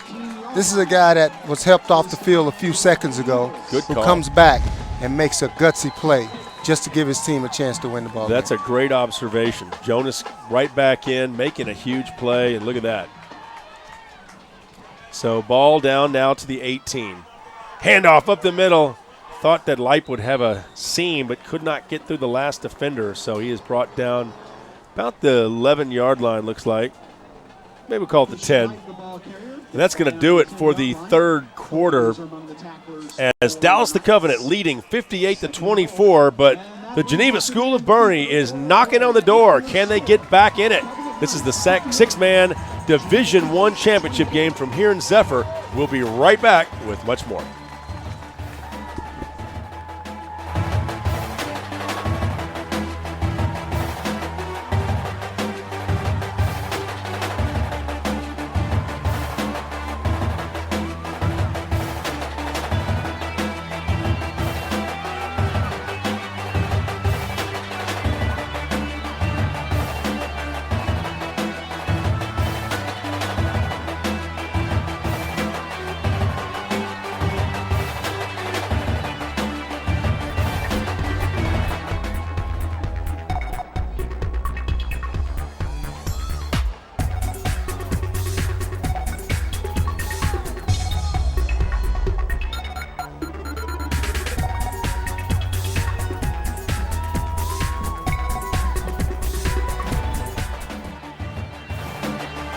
Welcome back to Zephyr. We're here at Bulldog Stadium where Dallas the Covenant is leading the Geneva School of Boerne 58-24. This is the six-man Division I TAPPS state championship game. We're here in Zephyr, Texas, out near Brownwood along Highway 84.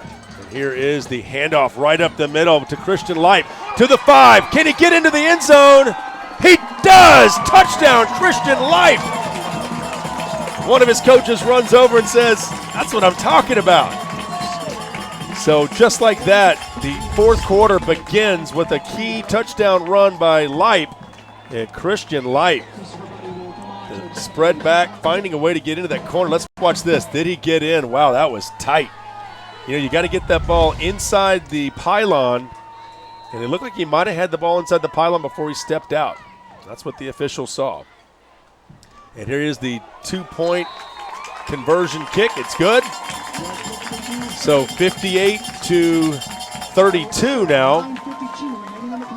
As Geneva School of Boerne finding a way to get into the end zone. They needed that. They need a defensive stand, though.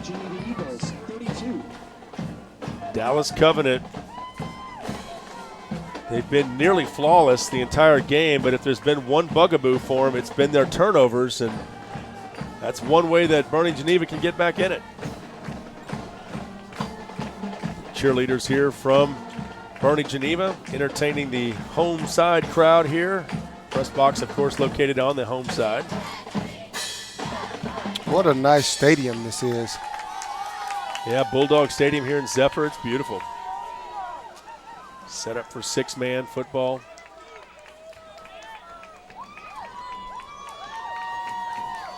Dallas the Covenant making that drive from the DFW Metroplex. They've got a good crowd on hand as well on the far side. A lot of red and black. This is the TAPPS Division I State Championship of six-man. Don't forget, the Legacy Sports Network will also have the UIL six-man championships next week in Abilene at Shotwell Stadium. Ball, onside kick, and fielded around the 33-yard line by the Covenant, and a nice job there of getting on the ball pretty quickly was number 27, and that was Clark Martin. He's no stranger to handling the ball tonight. Yeah, Martin looked like he wanted a face mask called right there. I was kind of waiting to see if there wouldn't be any late flag, but he got up grabbing his face mask as if to say someone grabbed it. So running formation here for Dallas the Covenant, and handed off. And the middle ball comes loose, and it is recovered by number 55, Preston Standifer of Boerne Geneva. Clark Martin, I don't think he ever had the handoff here, Jeff. You look at it, the handoff does not look secure. Well, you know right there was some hesitation. Luke Ellerman couldn't decide for just a split second whether or not he wanted to hand the ball off or not, and that's all it took. You know, if I'm Dallas the Covenant, I would almost think, just do what you've been doing. I mean, it seems like when they try to get conservative and run the football, that's where they've made their mistakes tonight. Yeah. And this time their defense steps up big and making a great sack here on the play as Marshall Brock can't do anything but just simply hold on to the ball. He loses about, my goodness, 20, about 15 yards on the play. So they're going to mark it as an 11-yard loss, so it will bring up second down and about 21 yards. This Boerne Geneva team has to find a way to avoid squandering this great opportunity. This is a chance to really get themselves back in this ballgame. Well, I just said the Covenant Knights, the one problem they've had is keeping their hands on the ball. Here's a pass completed over the middle, and there goes Christopher Buddy, and Buddy is into the end zone. Touchdown. Don't turn out the lights yet. Boerne Geneva clawing back into it. Look at this play. No question about it. A fantastic job by Christopher Buddy. And you talked about this earlier, Larry. Buddy needs to be the guy. And he is finding a way to get open. And look at that. You can see the rafters shaking here on the home side. Every move I've seen him make in this ball game has indicated that he wants this championship as much as anybody on this Boerne Geneva Eagles football team. And the 2-point conversion's good. We've got ourselves a ball game. It's 58-40. Dallas, the Covenant, still leading by 18 with 8:53 to play. So perhaps another onside kick coming up, I would imagine. Pseudo onside kick. We've been seeing them all day. It's not like it's a surprise. Boerne Geneva doing what they need to do defensively, forcing a turnover, and then taking advantage of it and scoring the quick strike touchdown. Given the nature of six-man football, we actually have a pretty tight ball game here, Jeff. We do. And a lot of football left to play. Yeah. You know, you think in the 11-man game, an 18-point differential in the fourth quarter doesn't seem close, but in six-man, that's very close. Absolutely. With almost It is 9 minutes left. It is still 3 scores, but you kind of touched on this earlier. With Boerne Geneva relying so much on Christian Lipe, it's obvious that the Covenant Knights have really keyed on Lipe. So it looks like the Eagles need to find someone else who can step up, make some plays, and take the pressure off Lipe. And right now, at least in the second half, it's been Christopher Buddy. So getting set up for the kick is Christian Lipe. And it's an onside kick. It's up in the air, and it is recovered by Zachary Jonas of the Geneva School of Boerne, and they've got the ball, and the bench is going crazy. There's my guy. There's my guy. You told him off the field, one play, he comes back, showing heart, making plays. Sore shoulder and all. Sore shoulder, Look at sore that. knee. He's even holding the shoulder as he makes the play. So a huge play right there, and wow, Uncle Mo. You can measure a lot of things, but you can't measure a guy's heart. Momentum back on the side for Boerne Geneva. They've got the ball on the 48-yard line, trailing by 18, 58-40. 8:53 to play. All right, well, we thought Boerne Geneva had the ball until Covenant just ran a play. Not sure exactly what happened. I guess they just said that Covenant had the football. It certainly looked like Geneva had it. We'll try to find out what happened right there. So nonetheless, the Covenant Knights, they've got the football, and they are on the 24-yard line. Larry is going to go find out exactly what happened right there. Ball may not have gone 10 yards is kind of what we're hearing. Oh, it's got to go 15 yards. There you go. So the Covenant with the ball, and first and goal from the 14, and stopped on the play as Geneva's defense comes up big right there. So we thought Boerne Geneva had the ball back, but Dallas the Covenant maintained it because the ball did not go the 15 yards, and right now the Knights on the move. Geneva needing a stop. The Knights feeling like a touchdown here might ice this game inside 8 minutes, up 58-40. The crowd here for the Boerne Geneva Eagles going crazy. They want to stop, and here is a great run by Colby Boozer. I tell you, Colby Boozer has been the Boerne Geneva killer, hasn't he? Man. I mean, he has made some big plays on third and fourth down. He has most certainly come alive in this second half, just dragging defenders, making plays all over the field. So now it's third down. Key play in the game. We talked about it all day. Geneva has not done a good job on third down. That's where the Covenant has taken advantage. Let's see if they can make it happen here. Out to the outside and into the end zone. And once again on a third down play, Dallas the Covenant steps up big. And that is Clark Martin into the end zone. Look at the second effort by Martin. He's hit at the line and then finds a way to get in. Ben Cope. Ben Cope, you are correct, with the touchdown right there. Thought I saw a 7 on there.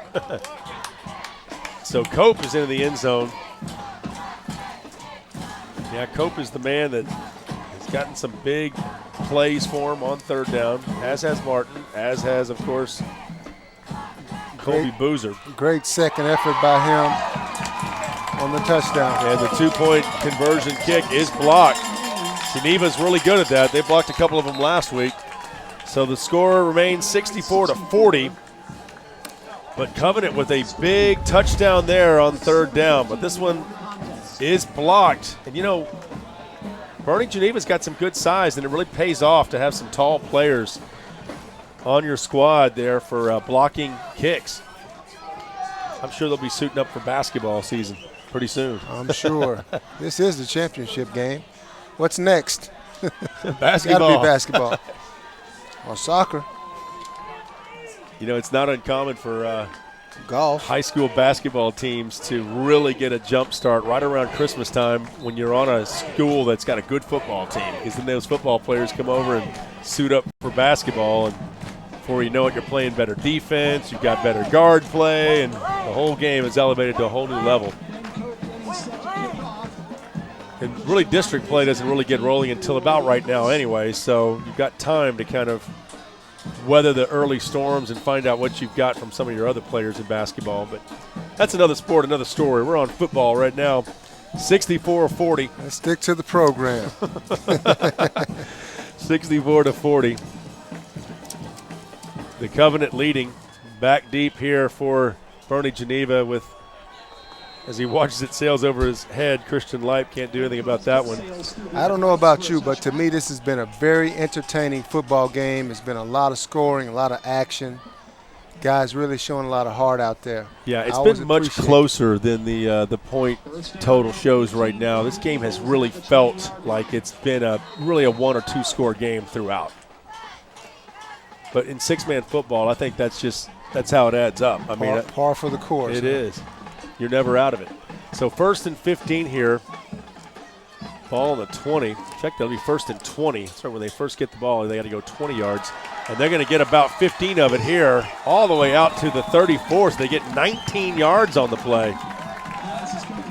So that's interesting right there. You got to go 20 yards on that first possession when you got the ball back deep there following a kickoff that goes into the end zone. And then from that point forward, 15 yards. That's a change. So the ball on the 34-yard line now. It is 2nd and 1. It hasn't been a factor for the most part of the day because there's been so many onside kicks. And downfield, and there's Christopher Buddy again, open, and he's brought down at the 19-yard line. Buddy says, what shoulder problem? Hey, Buddy, my buddy. Getting a ringing endorsement from Larry Centers, Christopher Buddy. My buddy. I've been calling for you all game, buddy. All the way down to the 19-yard line. Well, I tell you. Don't disappoint.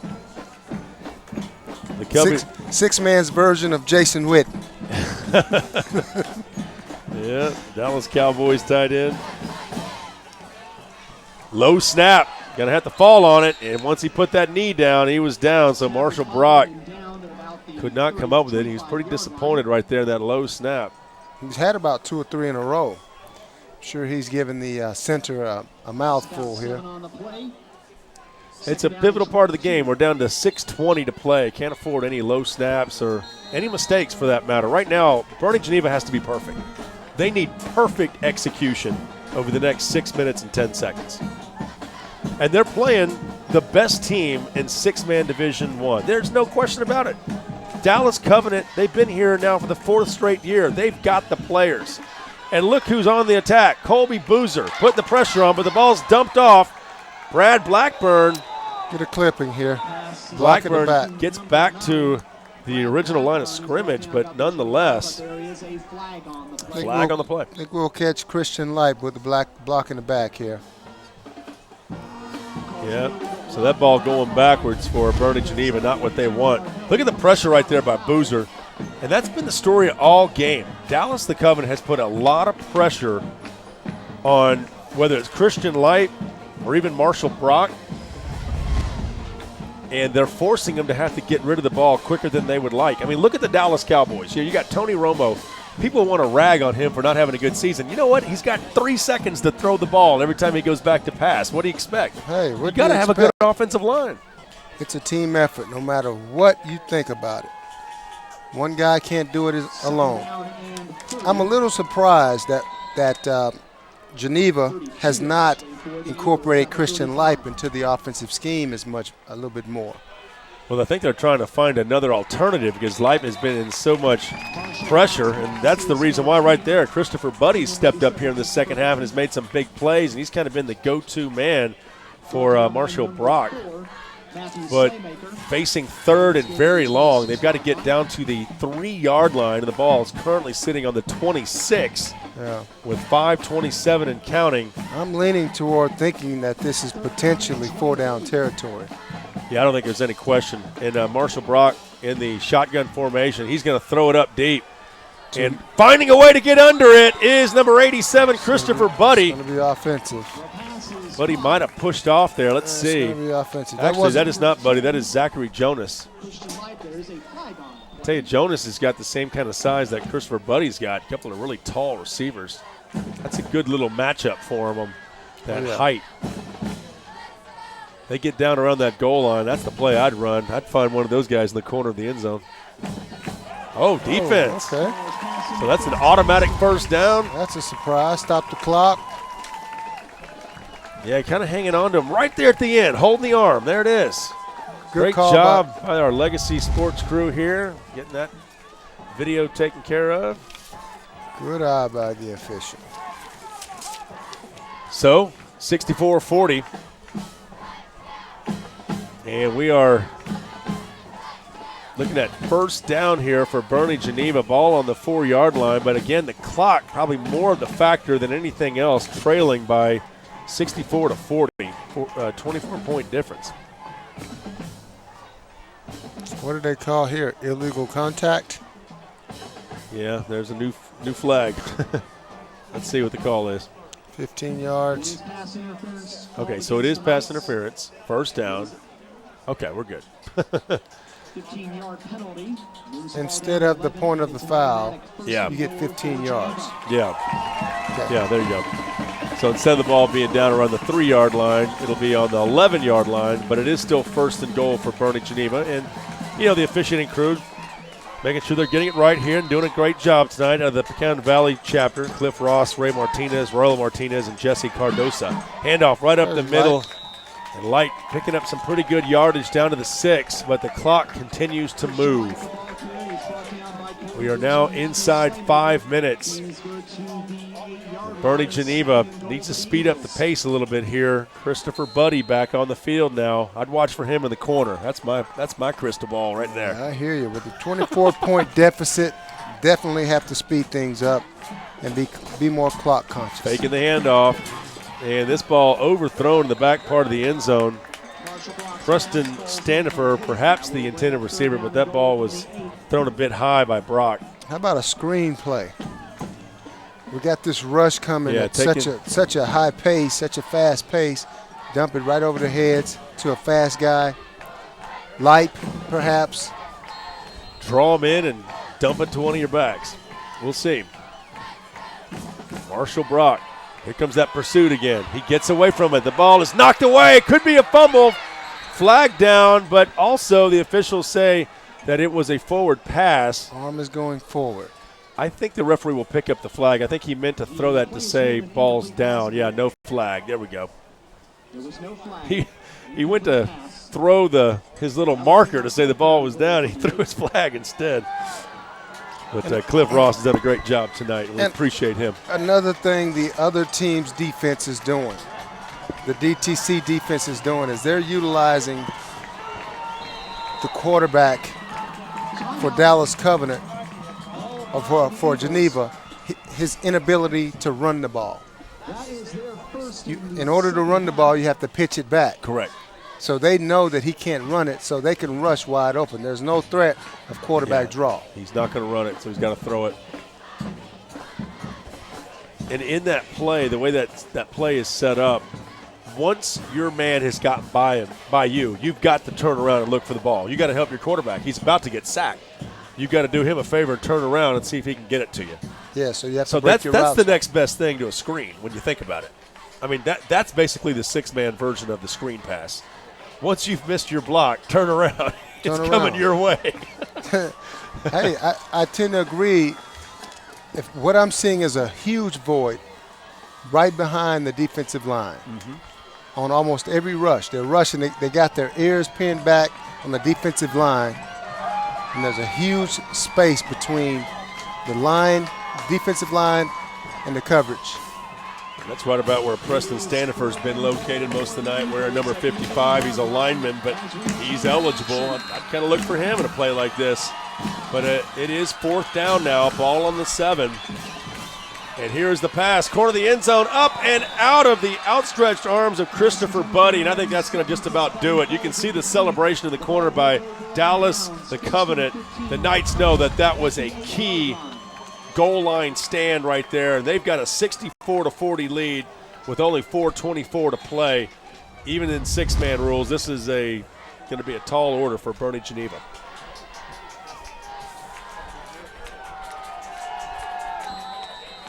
So Boerne Geneva, undefeated this season, 13-0, but it's not looking good. Not for the Eagles. We'll see here. Dallas the Covenant with the ball. You can expect a heavy dose of this man, Colby Boozer. Couple flags come flying in. Holding.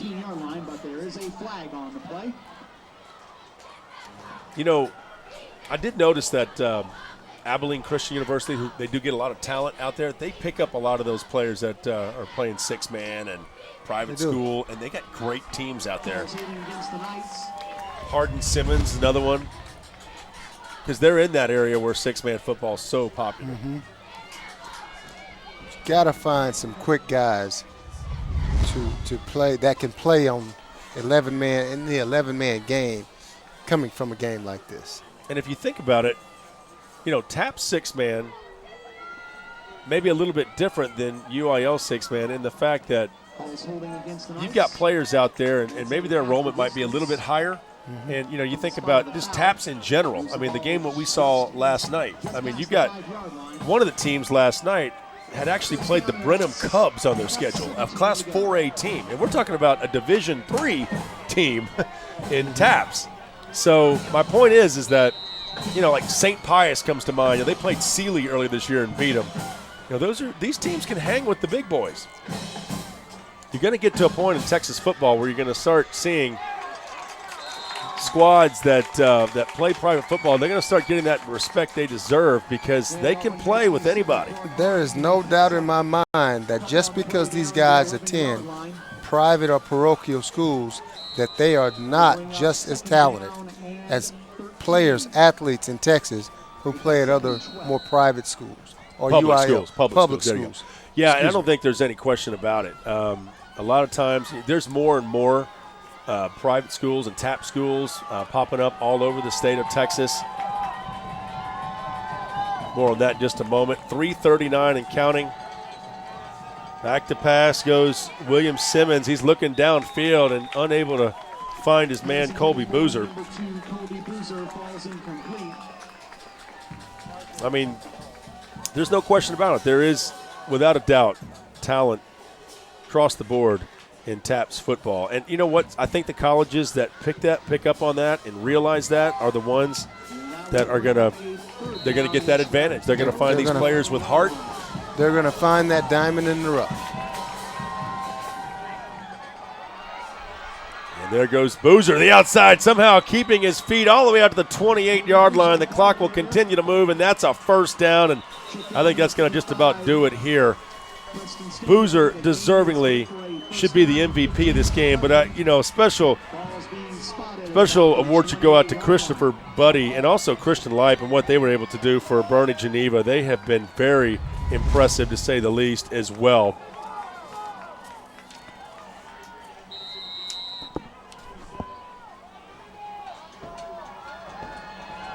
So here we go again. The Covenant Knights now 1st and 15. The ball up the gut, and it is Ben Cope. Cope on the move right there. Nice little run. You know, you were talking about some private schools and stuff. You know, St. Pius, they got a quarterback named Cole Stewart. I mean, he was the offensive player of the year in TAPPS, and he's a stud. He's playing at the next level. There's no question about it. The Touchdown Club of Houston had their first ever private high school awards dinner. That speaks volumes. First ever. I mean, thanks thanks Touchdown Club of Houston. I mean, it's about time, though. You know what I mean? I mean, I'm glad they're doing it. No question. No one else has even done it. But it's very deserving that there's a lot of private schools in Houston and, of course, the Dallas-Fort Worth area. And by no means should these athletes, based on the fact that they don't play in the UIL or public school system, get shorted with the assessment of their talent. Yeah. You know, Episcopal's Blake Henningsen, he was the Defensive Player of the Year. Also, Kincaid's Macon Wilson won the Ironman of the Year. St. Thomas Eagle Parker White was a Lineman of the Year. St. John's Steve Gleaves won the Coach of the Year. So, but thank you to the Touchdown Club of Houston for recognizing him. Handoff to the outside. Cope says, Cope with this. I'm in the end zone. Touchdown. Good strong run by Cope. Nice job with the stiff arm and good hard run, as you said, Larry. And they just put a 7-0 on the board. 70 right now for Covenant. What a run. What a run. Nice stiff arm. Nice strong run, and never keep your feet. What balance. Keep your feet moving at all times. Great balance. Cope, yeah, showing balance like a ballerina. Getting close to that sideline there and finding a way to stay on his feet. You know, you don't know how strong and powerful these players have to be, especially at that running back position, in their thighs, in their legs, and you got to learn to balance all that muscle out. Absolutely. And the 2-point kick conversion is no good. So it's 70-40. Dallas the Covenant leading Boerne Geneva. The Covenant's Knights 70, the Geneva Eagles 40. So the Eagles, they're going to need some quick strikes. Got a feeling that the defense here for Dallas the Covenant's going to have to, they're going to drop back in coverage, no question about it. Give up the short stuff. I'm anticipating an onside kick. Well, it's the Covenant that just scored. You want him to kick an onside kick? They kick them all the time. Actually, Dallas the Covenant's been pretty good about kicking the ball through the goalpost. I tell you, their kicker is pretty powerful. He can do a little bit of everything. Talking about Ben Cope, who just had that nice run. Yeah, he's the kicker. I mean, he's made like what would be basically pseudo 4 field goals from from their own 30-yard line. Does he still have the wind? He's actually going against it right now, but it does feel like the wind is kind of shifting around. Yeah, the flag's actually now, R2 is back. I know a cold front's supposed to be moving through the area tomorrow, so I'm sure the fans here were glad that it waited a day. Don't want to be dealing with frosty weather here for the championship games. Really great weather today if you think about it. So Ben Cope with the kick here, and there he goes, showing off that leg. This one bounces up against the crossbar. So Boerne Geneva will have to get started on their own 20-yard line with 2:07 left, down 70-40. That after this contest is over, do not go onto the field. It's going to take some big work to overcome this 30-point deficit in 2 minutes and 7 seconds. It will at that. I think when you look at the whole scope of the game, I think Dallas the Covenant played a better overall football game today. I mean, Boerne Geneva has made some plays, and they've had some players step up big, but I just think Dallas the Covenant just might have a little bit more talent. I tend to agree with you, and even more so, they played, in my opinion, better team football, playing for one another. Christopher Buddy making a big play right there. He's definitely received the award for best second half player on the field. He has made some huge plays here for Boerne Geneva in the second half, keeping them at least within striking distance, but the clock is certainly their enemy right now. 1:56 to play, down by 30 points here. They've got to score quickly and go to the onside kick. This one incomplete. You know, they do have a passing quarterback, though, in Marshall Brock, and not all six-man teams can claim that. Most six-man teams have to pitch the ball off to their halfback, who's kind of also known as a quarterback, who has that opportunity to throw it or run it. But they're not always your best threat for throwing it because they're usually more known for their legs and more for what they can do on the ground running the ball. But no question about it, Marshall Brock, he is a stand-up pocket passing quarterback. There's no doubt. that Brock has the arm.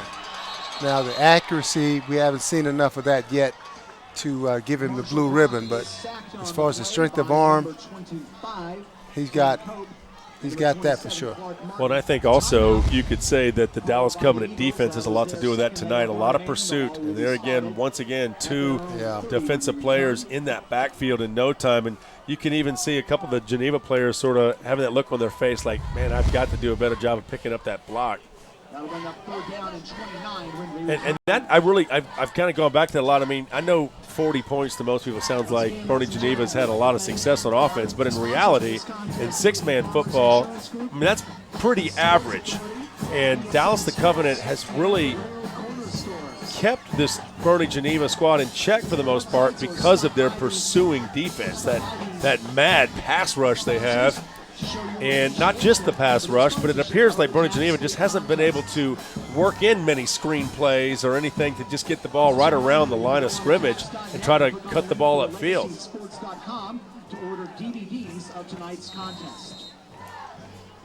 So Marshall Brock takes the snap.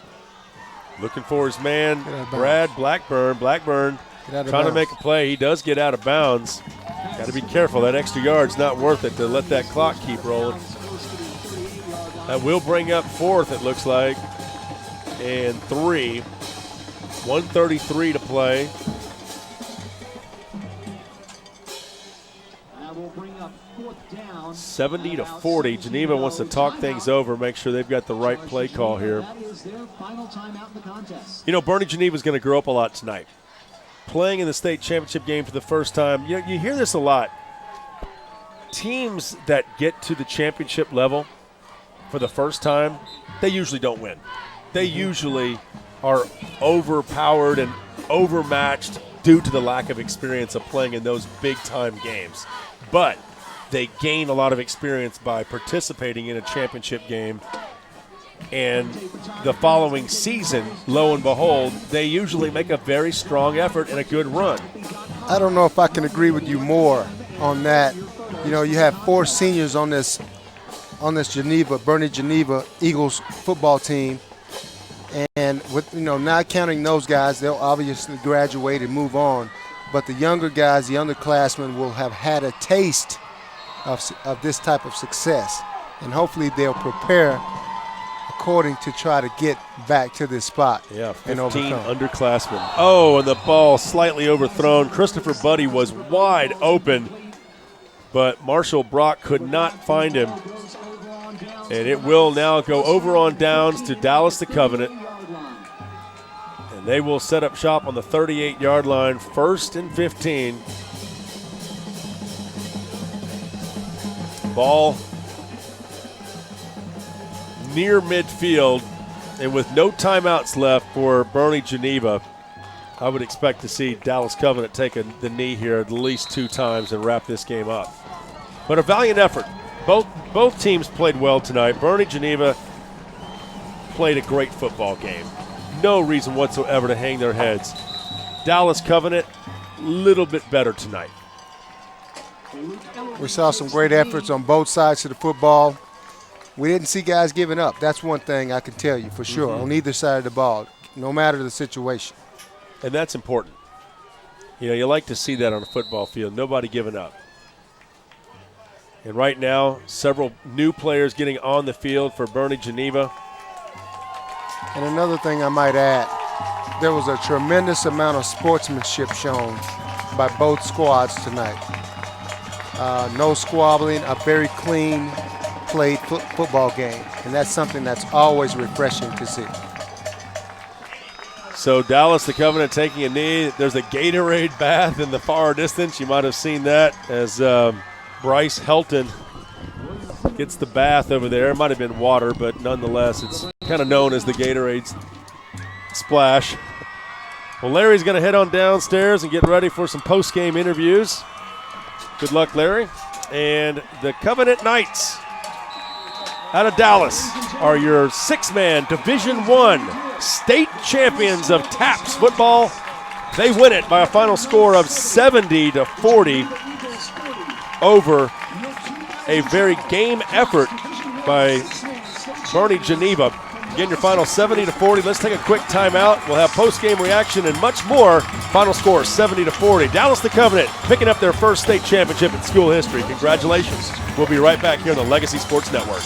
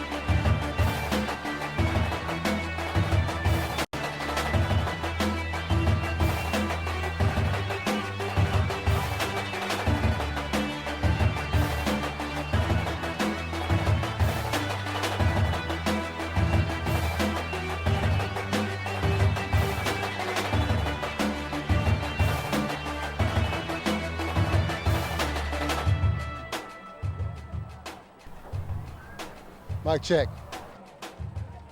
Larry Centers here with Coach Bryce Helton. Coach, what a game out there tonight. You guys fought from wire to wire. You came in and did what you had to do. Tell us a little bit about your thoughts.